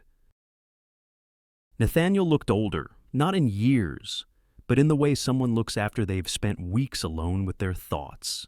His suit was simple, his tie loosened, his hair damp at the edges from the rain. He smiled once, almost out of habit, then let it fade when she didn't return it. "You came," he said softly. "I did." Silence stretched between them, thin and careful. She shifted slightly, gesturing toward the bench. "We can sit, if you'd like." He nodded, and they did, leaving just enough space between them to let the air breathe. The rain pattered against the leaves above, a slow rhythm that filled what words couldn't. For a while, neither spoke. Evelyn watched a small paper boat drift from the shore, spinning lazily in the current. Nathaniel followed her gaze. "Someone once told me," he murmured, "that letting go doesn't always mean losing. Sometimes it's how you keep something safe." She glanced at him. "Was that someone your mother?" He smiled faintly. "Yes." She has a way of making truth sound like grace. Evelyn's expression softened. If only slightly. She sounds wise. She is. His voice hesitated.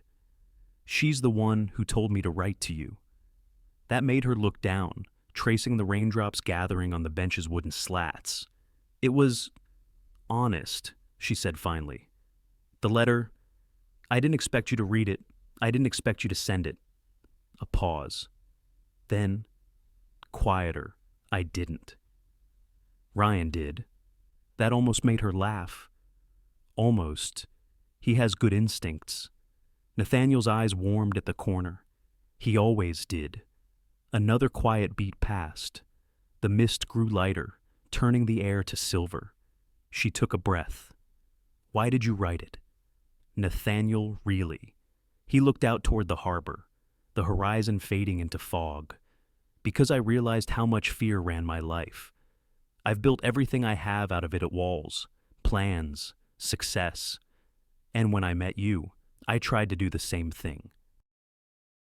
To build a safe structure around something that was never meant to be caged. Evelyn studied him, her expression unreadable. And what were you afraid of? He turned back to her, the truth quiet but clear. That I wasn't enough.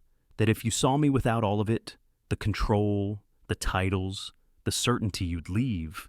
Her voice softened, though her words stayed steady. Nathaniel, I never wanted you perfect. I just wanted you present. He exhaled slowly, eyes closing for a moment. The sound of rain filled the pause between them again. She looked down at her hands. When you said those things at the gallery, when you looked at me like I'd done something wrong for laughing, I remembered every time I had to prove my worth in a room full of people who thought I didn't belong. And it hurt. Because I thought you were different. His jaw tightened. I was wrong. I let jealousy speak for me. Jealousy? She asked quietly. He nodded. It wasn't about that man, or anyone. It was about how you moved through a world I didn't know how to join. You were free in ways I've never been. And instead of learning from that, I tried to control it, because it scared me. She was silent, watching the water, listening. Then, after a long minute, she said, You can't love what you're trying to cage, Nathaniel. It'll always want to fly. He nodded, his voice barely above the sound of the rain. I know that now. Evelyn turned to face him, eyes searching his. And if this whatever we are means anything, it has to breathe. It has to have room for both of us to be ourselves. Otherwise, it'll break again. His throat worked as he swallowed. Then I'll learn to breathe with it. Her gaze softened, and for the first time in weeks, she smiled a small, real one. The clouds above them began to thin, light filtering through in faint, golden streaks. A gull passed overhead, its wings cutting clean through the gray. Nathaniel looked at her carefully. Would it be too much to ask for another beginning? Evelyn tilted her head slightly. Considering. Maybe not a beginning, she said, but a continuation, something slower, wiser. He nodded, a quiet relief unfolding across his face. They sat like that for a while, side by side, saying nothing more, just breathing, watching the water shift with the light. When she finally stood, he did too. She looked at him one last time before leaving. You once told me control made you feel safe, she said. Maybe it's time to see what trust feels like instead. He smiled, and it was the kind that didn't need to prove anything. I'd like that. Evelyn nodded. Good. Then she turned, walking down the path that curved along the harbor, her footsteps quiet against the wet stone. Nathaniel stayed where he was, hands in his pockets, watching her until the mist swallowed her shape. He didn't follow. He didn't call after her. He just let the rain fall softly around him, the air cool and alive, the world wide open in front of him. For the first time in years, he felt peace not from control, but from surrender. A single line from his mother's voice echoed in his head, gentle as the tide. You can't control love, Nathan. You can only invite it. And as he stood there beneath the thinning rain, he finally understood what that meant. Love wasn't something to own. It was something to meet halfway. He looked toward the horizon, toward the place where the water met the light, and whispered, barely audible, "Thank you." Then he smiled, not because she had come back, but because she could, freely, when she was ready. The first time they saw each other again after the park, it was at a cafe by the river, late morning, the world half awake and kind. The smell of roasted beans, cinnamon, and rain-damp air filled the space. Nathaniel arrived early. He didn't check his phone, didn't plan what to say.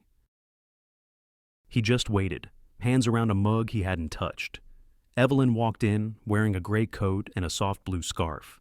She spotted him right away, but took a breath before walking over. When he stood, she smiled not with her lips, but with her eyes, in a quiet way that said, "We're trying again," but slower this time. "Coffee?" he asked gently.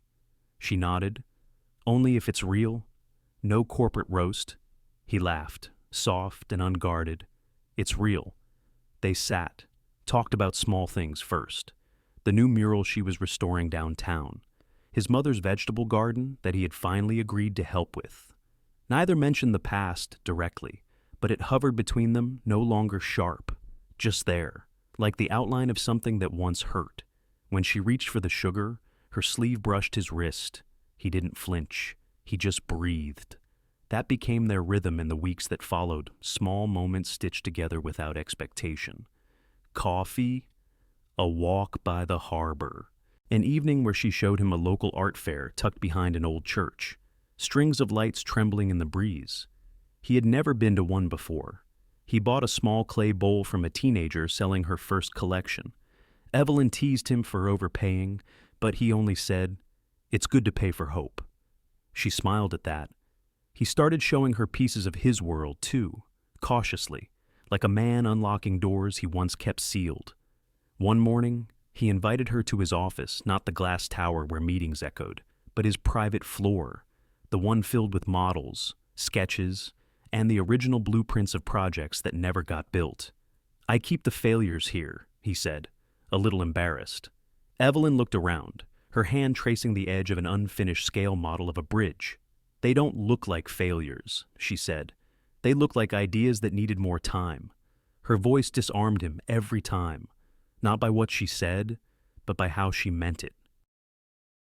He realized she never tried to fix his wounds, just gave them space to breathe.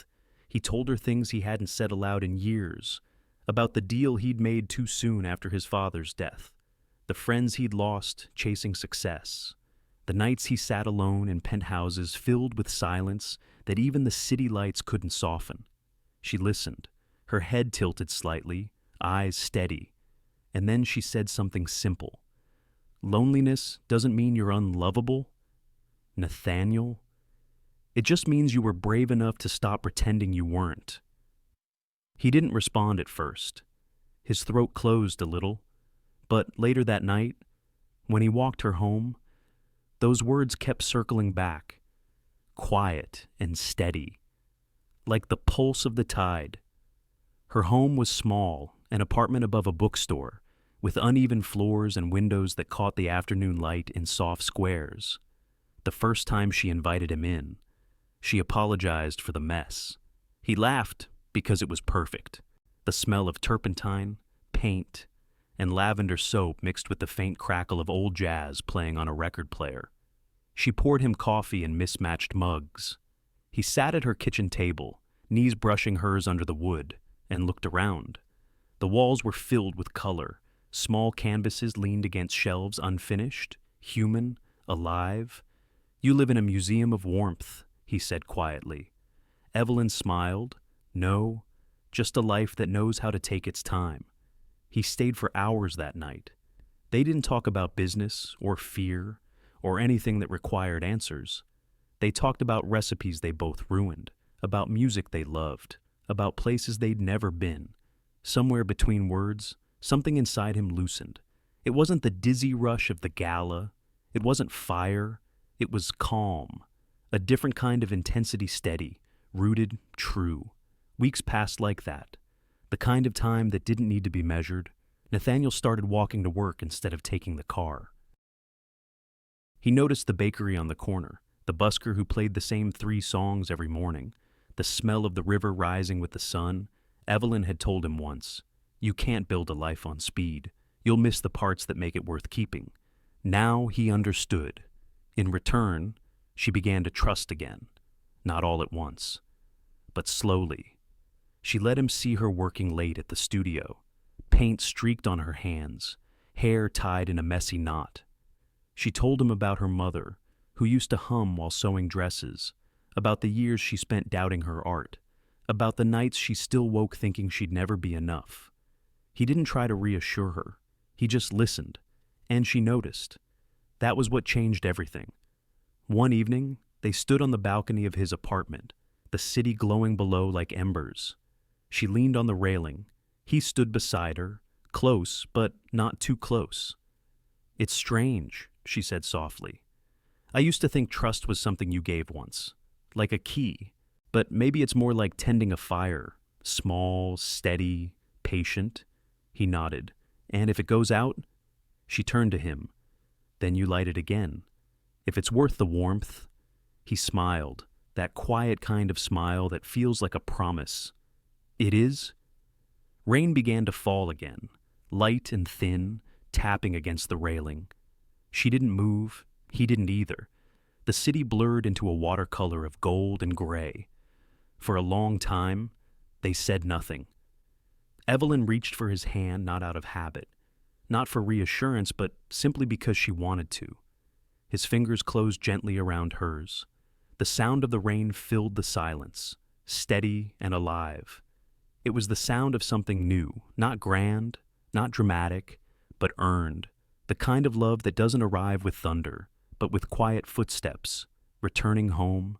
And as the rain kept falling, washing the city clean again, they stood there, 2 people learning, slowly, how to hold something without breaking it. It began on a Tuesday. The kind of day that should have been ordinary pale sky, warm breeze, the world going about its business. But by noon, everything had changed. Nathaniel was in a board meeting when the first call came, then the second, by the third. His assistant's voice trembled when she said, "You need to see this." Screens lit up with headlines. Hale Industries under investigation for mismanagement. Anonymous sources. Claims CEO's partner. Influenced key decisions. The photos came next.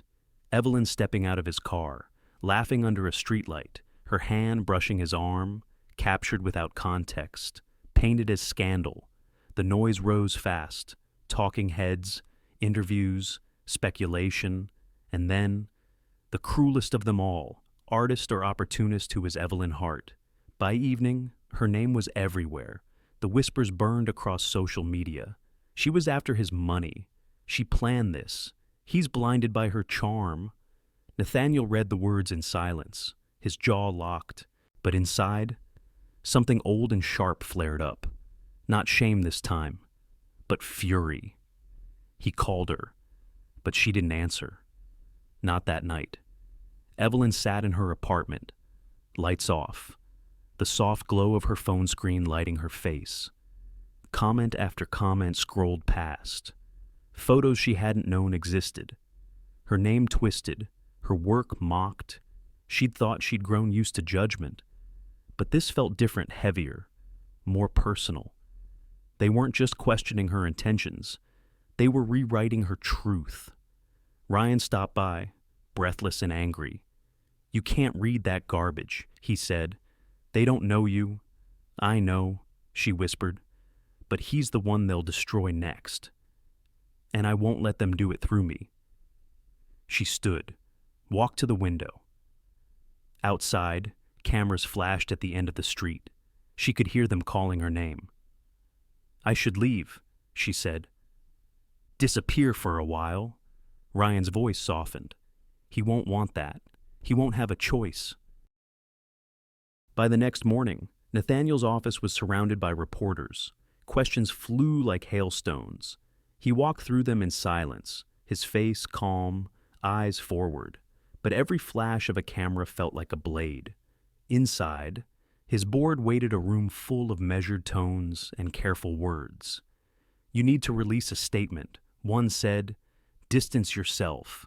Another added, "Tell them she had nothing to do with this." He stood at the window, watching the clouds roll over the harbor. His reflection stared back the man he'd been, the man he was trying to become. Finally, he turned. His voice was quiet, but it carried. "I'm not distancing myself from her," he said. "Not now, not ever." The room went still. "She's not the scandal," he continued. "She's the only truth I've had in years." Someone sighed. "Nathaniel, this could cost you everything." He nodded, then let it. That afternoon, he called a press conference. No script, no PR team. Just a podium, a sea of microphones, and the hum of cameras ready to devour every word. When he stepped onto the stage, the crowd erupted with questions. He raised a hand, steady. The noise fell away. He looked directly into the cameras, not as a CEO, not as a man performing damage control, but as someone finally done hiding. "The reports are true in one sense," he said. "There is someone in my life who has changed how I see everything. Her name is Evelyn Hart. She's an artist, not because she paints, but because she sees the world in color when the rest of us only see numbers. And yes, I love her." The words hung in the air, fragile and powerful. She had nothing to do with my company's operations or its mistakes. What she's guilty of is believing in me long after I stopped believing in myself. So, if you want to attack someone, attack me. Leave her name out of your noise. A murmur rippled through the crowd. He took a breath. "You've all seen me as a man who built things. But what I've learned is that the hardest thing to build is trust. And if you spend your life measuring worth by wealth, you'll miss what matters. Evelyn taught me that." He stepped back from the podium. Cameras flashed, voices rose, but he didn't stay to hear the rest. Evelyn watched the broadcast from her apartment. The sound crackled, the picture slightly delayed. She sat on the floor, knees pulled close, heart racing with every word he spoke. When he said her name softly, clearly, without shame, something inside her broke and mended all at once. She had been ready to leave, suitcase already open beside the bed, but now she just sat there, still, listening. When it ended, she pressed her palms against her chest, trying to steady the ache that had turned into something like hope. Rain started again outside, light and silver, tracing the window. She stood, walked to the glass. The city lights shimmered through the drops, blurred but beautiful. Then her phone buzzed. One new message. I meant every word. She stared at it for a moment. Her breath trembled. Then she typed back, "I know." The storm of the media raged for days, but something changed in its tone. The footage of Nathaniel's speech spread quickly. The narrative began to shift. People saw something in his eyes that no statement could fake: humility, love, truth. Investors steadied. Colleagues reached out. The noise softened into something manageable, human.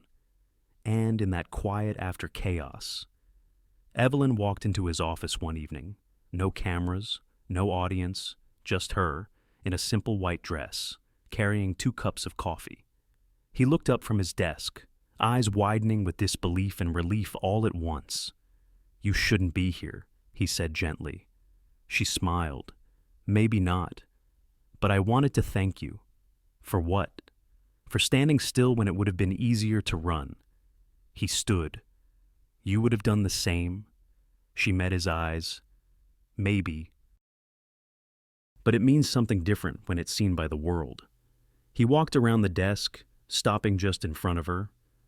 "I wasn't defending you," he said quietly.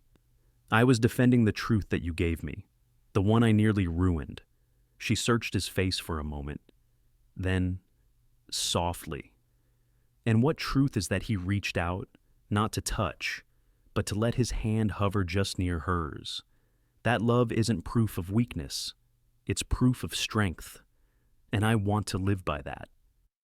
Her eyes shimmered, then livid. but not for them. For you. He nodded. They stood there a long moment, the sound of the city carrying in through the open window, car horns, footsteps, the pulse of something alive again. Finally. Evelyn handed him one of the coffees. "You still take too much sugar," she said.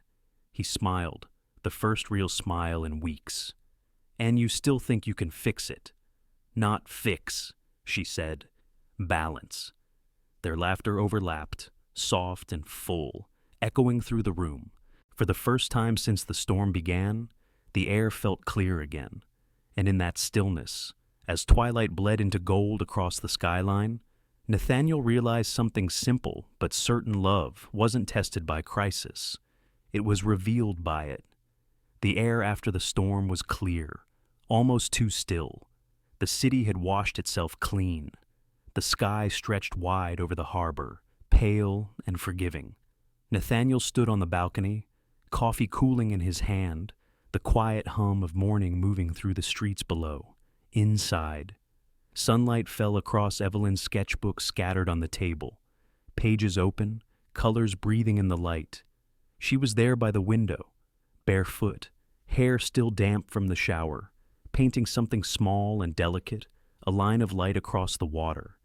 Maybe, he couldn't tell. He only knew that this, right now, felt like the rare kind of peace he'd spent years chasing through the wrong doors. "Your coffee's cold," she said, without looking up. "I know," he replied. "Then drink it before it gets sad." He smiled. "I didn't know coffee had feelings." She glanced over her shoulder, eyes soft. "Everything does, if you listen close enough." For a moment, he just watched her, how the morning light softened her profile, how her fingers moved with such quiet certainty. He'd seen 100 boardrooms, 1,000 decisions made in seconds, but this her, in the gentle stillness of ordinary life, was the only thing that had ever felt certain. He set the mug down, crossed the room, and stopped behind her, the faint scent of paint and jasmine wrapped around him. "Evelyn," he said. Can you stop for a second?"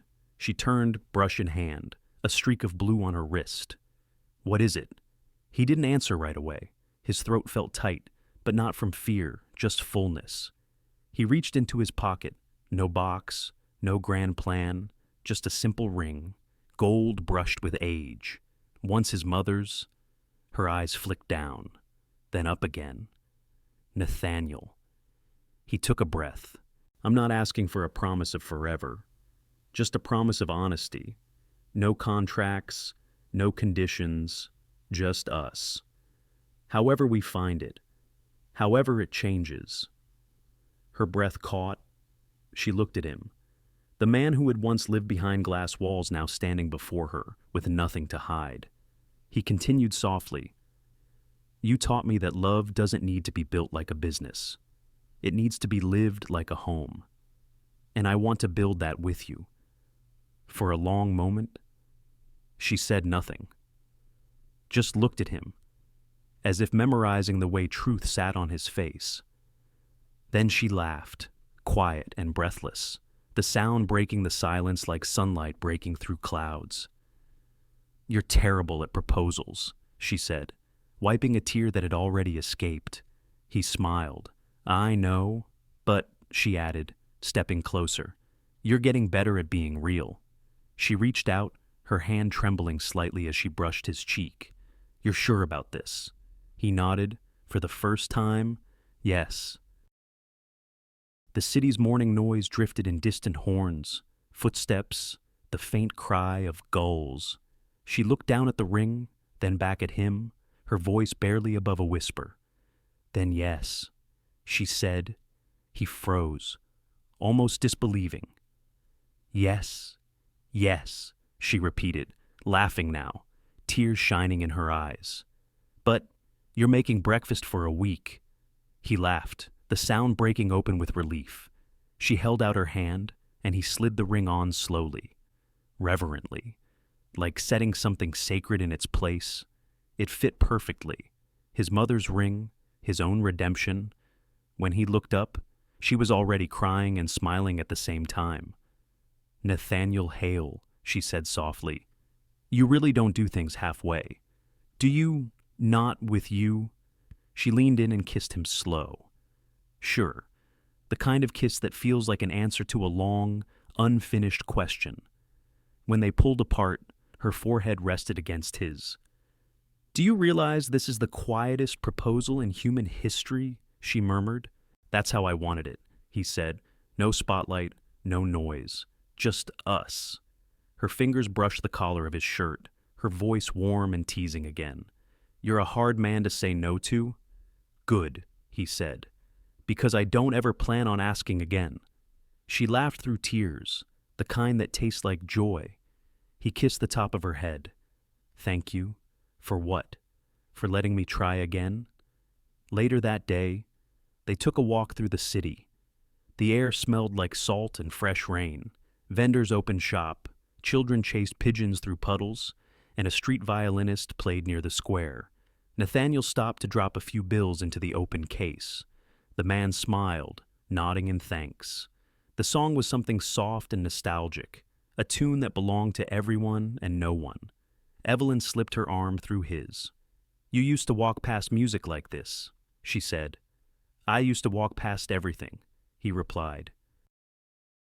They wandered to the park by the harbor, the same bench where they had met again, after the long silence. The same oak tree, still shedding slow leaves into the breeze. He looked at her, the sunlight catching in her hair. Do you ever think about that day all the time? She said, but not with regret. Nor do I. She smiled. Then we're even. They sat, letting the moment stretch. The world around them moved, but they stayed still. He took her hand again, thumb tracing circles over her knuckles. You know, he said, for a long time I thought strength meant never needing anyone. But it turns out, needing you is the strongest thing I've ever done. Evelyn squeezed his hand. Needing isn't weakness. It's what makes us human. He looked at her for a long time, every wall in him gone. Then he said, softly, You've changed my definition of home. She leaned her head on his shoulder. Good, because I plan to keep rearranging the furniture. He laughed, resting his cheek against her hair. The violinist's music drifted across the park, carried by the wind. Children's laughter mixed with the sound of water against the pier. Everything felt alive. For a while, they didn't speak. They didn't need to. The world had gone quiet enough to let them just be. The ring caught the light a flash of gold, a glint of hope. It wasn't a symbol of possession. It was a promise of presence. When they finally rose to leave, she looked at him and said, You know, I think your mother would have liked me. He smiled. She already does. They walked home hand in hand, footsteps falling in rhythm, like the soft beat of a heart that had finally found its steady pace again. Behind them, the harbor shimmered in the afternoon light. The storm had passed, but its echo remained a reminder that love, when weathered, doesn't fade, it deepens. And in the quiet that followed, their laughter carried through the wind, blending with the city's pulse. It wasn't loud, it didn't need to be, it was enough. The sun was slow that evening, taking its time sinking into the harbor. The sky burned in quiet shades of gold and rose, clouds drifting like soft brush strokes. The world seemed to pause for them. White chairs lined the wooden pier.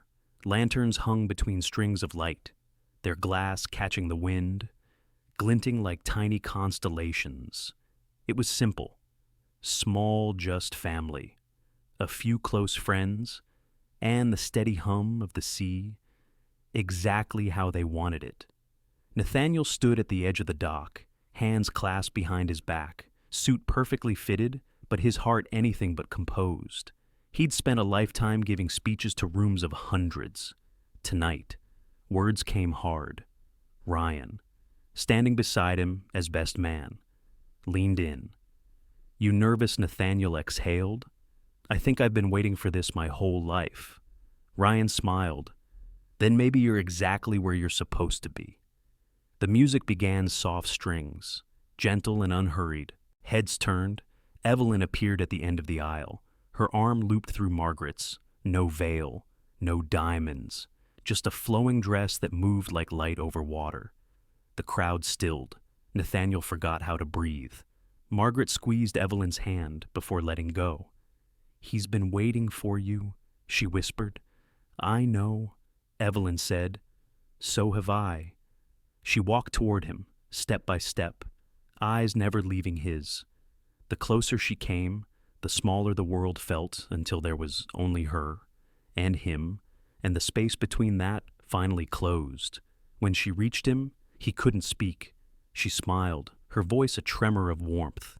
"You clean up well?" He laughed, low and shaky. "You're beautiful." I was going for unforgettable. Mission accomplished. Their guests laughed softly, easing the air, but Nathaniel's eyes didn't waver. When he finally found his voice, it was steadier. "You ready?" Evelyn nodded.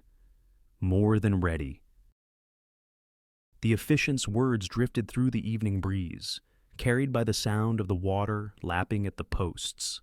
They spoke of love that chooses, love that stays, love that rebuilds. And when it was time for their vows, they didn't read from paper. Nathaniel went first. "For most of my life," he began, "I thought love was something you earned a reward for being strong, or successful, or good enough. But you showed me it's not earned. It's given, freely, fearlessly." He paused, his voice catching. "You taught me that truth is better than perfection, and that peace isn't something you buy. It's something you build. So, Evelyn Hart, I promise to build peace with you every day, in every storm." Her eyes shimmered. When it was her turn, Evelyn took a breath, her voice soft but certain. "You once said you didn't know what home felt like.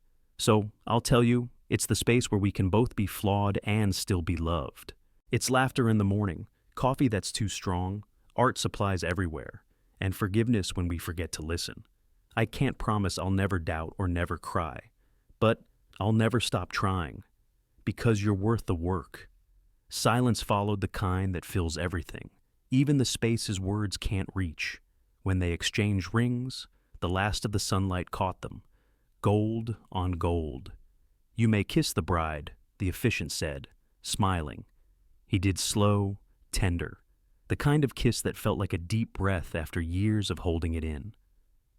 Applause broke out. Margaret wiped her eyes. Ryan whooped loudly enough to make Evelyn laugh into the kiss. And just like that, it was done. As twilight deepened, the harbor lights flickered on. Tables were set under the open sky, candles glowing in glass jars. The food was simple fresh bread, seafood, laughter, no photographers shouting directions, no headlines waiting, just moments. Margaret stood when it was time for toasts. The chatter quieted. She held her glass, her voice soft but clear. "When my son was little," she began, "he used to build things out of anything he could find. Blocks, sticks, even old keys. He wanted to make something that lasted, but the older he got, the less he built, and the more he hid. For years, I prayed someone would remind him what it means to create not buildings, not companies, but connections. Evelyn, you did that. You brought him back to life." She turned to Nathaniel. "And you, my dear, learned the hardest truth of all, that courage isn't conquering others. It's opening yourself to be seen." Her eyes glistened. "So, here's to both of you for proving that second chances aren't given. They're grown. One day, one choice, one act of love at a time." Glasses lifted. To Evelyn and Nathaniel, they drank, laughter breaking out again. Music started, soft jazz, easy rhythm. Evelyn stood, tugging Nathaniel's hand. "Come on," she said. He smiled. "I don't dance." "Then it's a good night to start." The band shifted into something slower. String lights swung gently in the breeze.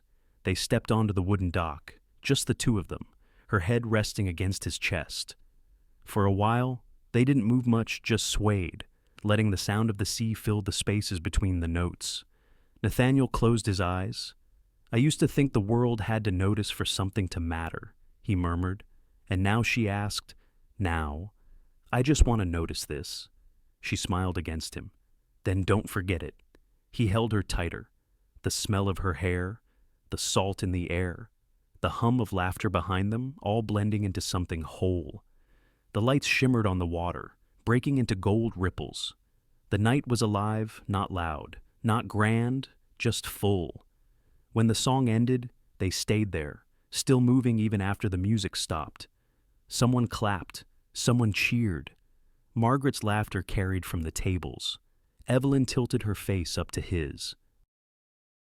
"You realize this is the first dance where you didn't look like you were calculating something." He grinned. "I did the math. You're worth every step." She laughed, eyes wet again. "You're learning.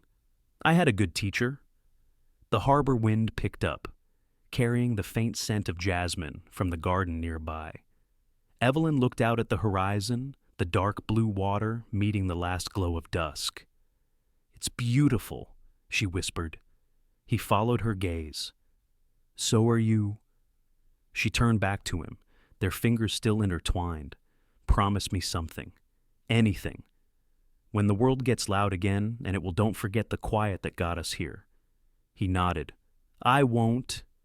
And in that moment, beneath the string lights and the fading colors of the sky, the world felt perfectly still. It wasn't the kind of ending that demanded applause. It was softer, truer, the kind that lingers long after the music fades. They didn't need grand fireworks or vows carved in marble. Just two hands, two hearts, a quiet harbor, and the promise that, this time, love wasn't a performance. It was home. The river hadn't changed much. It still carried the same slow rhythm, the same silver light spilling across its surface when the sun began to fade. But the city around it had grown, rising taller, louder, and yet, in this small corner, the same wooden deck where once they had shared their first quiet dinner, their first hesitant promises, time felt kind. Evelyn sat on the weathered bench, sketchbook on her lap. Her hair had softened into waves of silver and gold, and fine lines framed her smile, lines that spoke of laughter, of nights spent awake talking about nothing and everything. Nathaniel arrived quietly, as he always did, still tall, still deliberate, though now his steps carried a slower grace. He held a paper bag in one hand, 2 coffees, still steaming. "You remembered," she said, smiling. "I've learned," he replied, setting the cups down beside her. "Never show up empty-handed to an anniversary." She laughed, soft and low. 10 years? Can you believe it? He looked out at the water. Some days it feels like yesterday. Some days it feels like we've lived a dozen lives since. She turned a page in her sketchbook, tracing a faint line with her pencil. "Do you ever think about that night? The gala?" He nodded slowly. "More often than I admit." She smiled. "I do too, but not for the reasons I used to." The air was warm, touched by the scent of rain that hadn't yet fallen. The harbor lights blinked to life, one by one, like old friends arriving late to dinner. He leaned back, eyes following the movement of the tide. "You know," he said, "I used to think that night was about anger, about losing control. But it wasn't. It was about seeing myself for the first time and realizing how afraid I was to be known." Evelyn's pencil paused. "And now?" "Now I think fear was just love's shadow," he said quietly. "You can't have one without the other. For a while." They sat in silence, letting the sounds of evening fill the spaces between words, the rustle of leaves, a passing boat, distant laughter from a nearby cafe. He watched her as she drew, her focus steady, her movements small but sure. 10 years ago, he'd loved her with urgency, the kind that burned. Now he loved her with stillness, the kind that stays. She caught him looking and smiled. "You're staring again." "I'm memorizing," he said. "You said that on our wedding day. And it's still true." She closed the sketchbook gently. setting it aside. Do you ever miss the chaos he thought for a moment? Sometimes, but only because it taught us peace. Her hand found his. Their fingers fit easily, as if the years had shaped them to match. You remember what your mother said at the wedding? Evelyn asked. Nathaniel smiled faintly. That courage isn't about control. It's about being seen. Evelyn nodded. She was right. She usually was. The river glimmered in front of them, catching the last gold of the setting sun. A small sailboat drifted by, its white sails turning rose-colored in the light. Evelyn watched it for a long moment. I used to think love was a story that ended at the wedding, but it's really just a series of beginnings, isn't it? He squeezed her hand. Every day, a new one. When the coffee was gone and the sky had deepened into shades of indigo, Nathaniel reached into his coat pocket and pulled out a folded piece of paper, creased, worn at the edges. You kept it, she said softly, recognizing it. The letter, he said, the one I never meant for you to read. She smiled, and yet it changed everything. He handed it to her. Read it. She unfolded the paper carefully. His handwriting still strong, but softened with age, ran across the page. She read the first line out loud, voice barely above the hum of the water. If you're reading this, it means I've learned what it means to lose myself, and maybe to find you. She paused, eyes glistening. You know, she said, that's still the most beautiful thing you ever wrote. He chuckled. And I wrote it by accident. Most truths are accidents, she said gently. They sat there for a while, the letter resting between them, its edges fluttering in the evening breeze. Then, Evelyn leaned her head against his shoulder. Do you think we've done it right? Nathaniel, this us. He tilted his head, thinking, we've done it real. That's enough. She smiled, her eyes closing. Real is perfect. The wind picked up, carrying the faint scent of sea salt. Somewhere down the pier, a young couple laughed a sound bright and unguarded. Nathaniel glanced toward them, then back at Evelyn. He saw it then how time had shaped them, not by what they'd built, but by what they'd learned to let go of. The need to prove, to possess, to fix. All that remained was presence. He reached for her hand again, and she intertwined her fingers with his without looking. The world moved around them, slow, forgiving, alive. The moon rose, casting a silver path across the water. Nathaniel took a long breath, then spoke softly. Do you remember what I said that night at the party? When you walked in with Ryan, Evelyn laughed. Something about my dress, I think, and then something that sounded like jealousy. He smiled. I remember anger, but I didn't understand what it really was. She turned to him. What was it? Then he looked out at the water, at the reflection of the lights trembling against the tide. It wasn't anger, he said. It was recognition of what I'd been missing, of what I was about to lose if I didn't learn how to love differently. Evelyn was quiet for a moment. Then she said, softly, You did learn? He nodded. Because you stayed long enough for me to. The night deepened, stars beginning to flicker above the harbor. She leaned closer, her hand warm in his. He could feel her heartbeat through her palm, steady, alive, familiar. After a while, she whispered, What do you see now? Nathaniel, when you look back at that night? He smiled, his voice low, carrying only to her. That night, I thought I saw anger in my own eyes, but what I really saw was the beginning of a life I'd never imagined. The words hung between them, soft as the sound of water touching wood. Evelyn closed her eyes. A single tear slipped free, though her smile never wavered. He kissed her hand, their silhouettes framed by the glow of the city lights behind them. The river kept flowing slow, endless, certain, and for the first time in a long while, Nathaniel Hale felt no need to look forward or back. He was already home. In the end, Nathaniel and Evelyn's story reminds us that love isn't about possession or perfection. It's about presence. True connection begins when we stop trying to control, to impress, or to protect ourselves from being hurt. Love, in its purest form, asks us to be vulnerable, to be seen exactly as we are, flaws and all, and in that openness, we discover strength we never knew we had. Their journey teaches that healing doesn't happen in grand gestures, but in small, quiet moments, a shared cup of coffee, a gentle apology, a willingness to try again. Life's beauty often lives in the ordinary, where kindness replaces pride and forgiveness replaces fear. For those who have loved, lost, or grown weary, this story whispers a gentle truth. It's never too late to begin again. Whether in love, friendship, or simply in the way we see ourselves, there is always room for softness, for grace, and for the courage to let life touch us deeply once more. Because in the end, it's not the storms we remember most, it's the calm that follows, and the hearts that stayed. Thank you so much for spending your time with Shining Stories.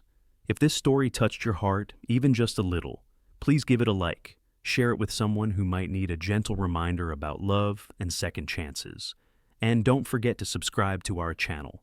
Your support helps us keep creating stories that bring warmth, hope, and reflection to every listener. Stay kind, stay open.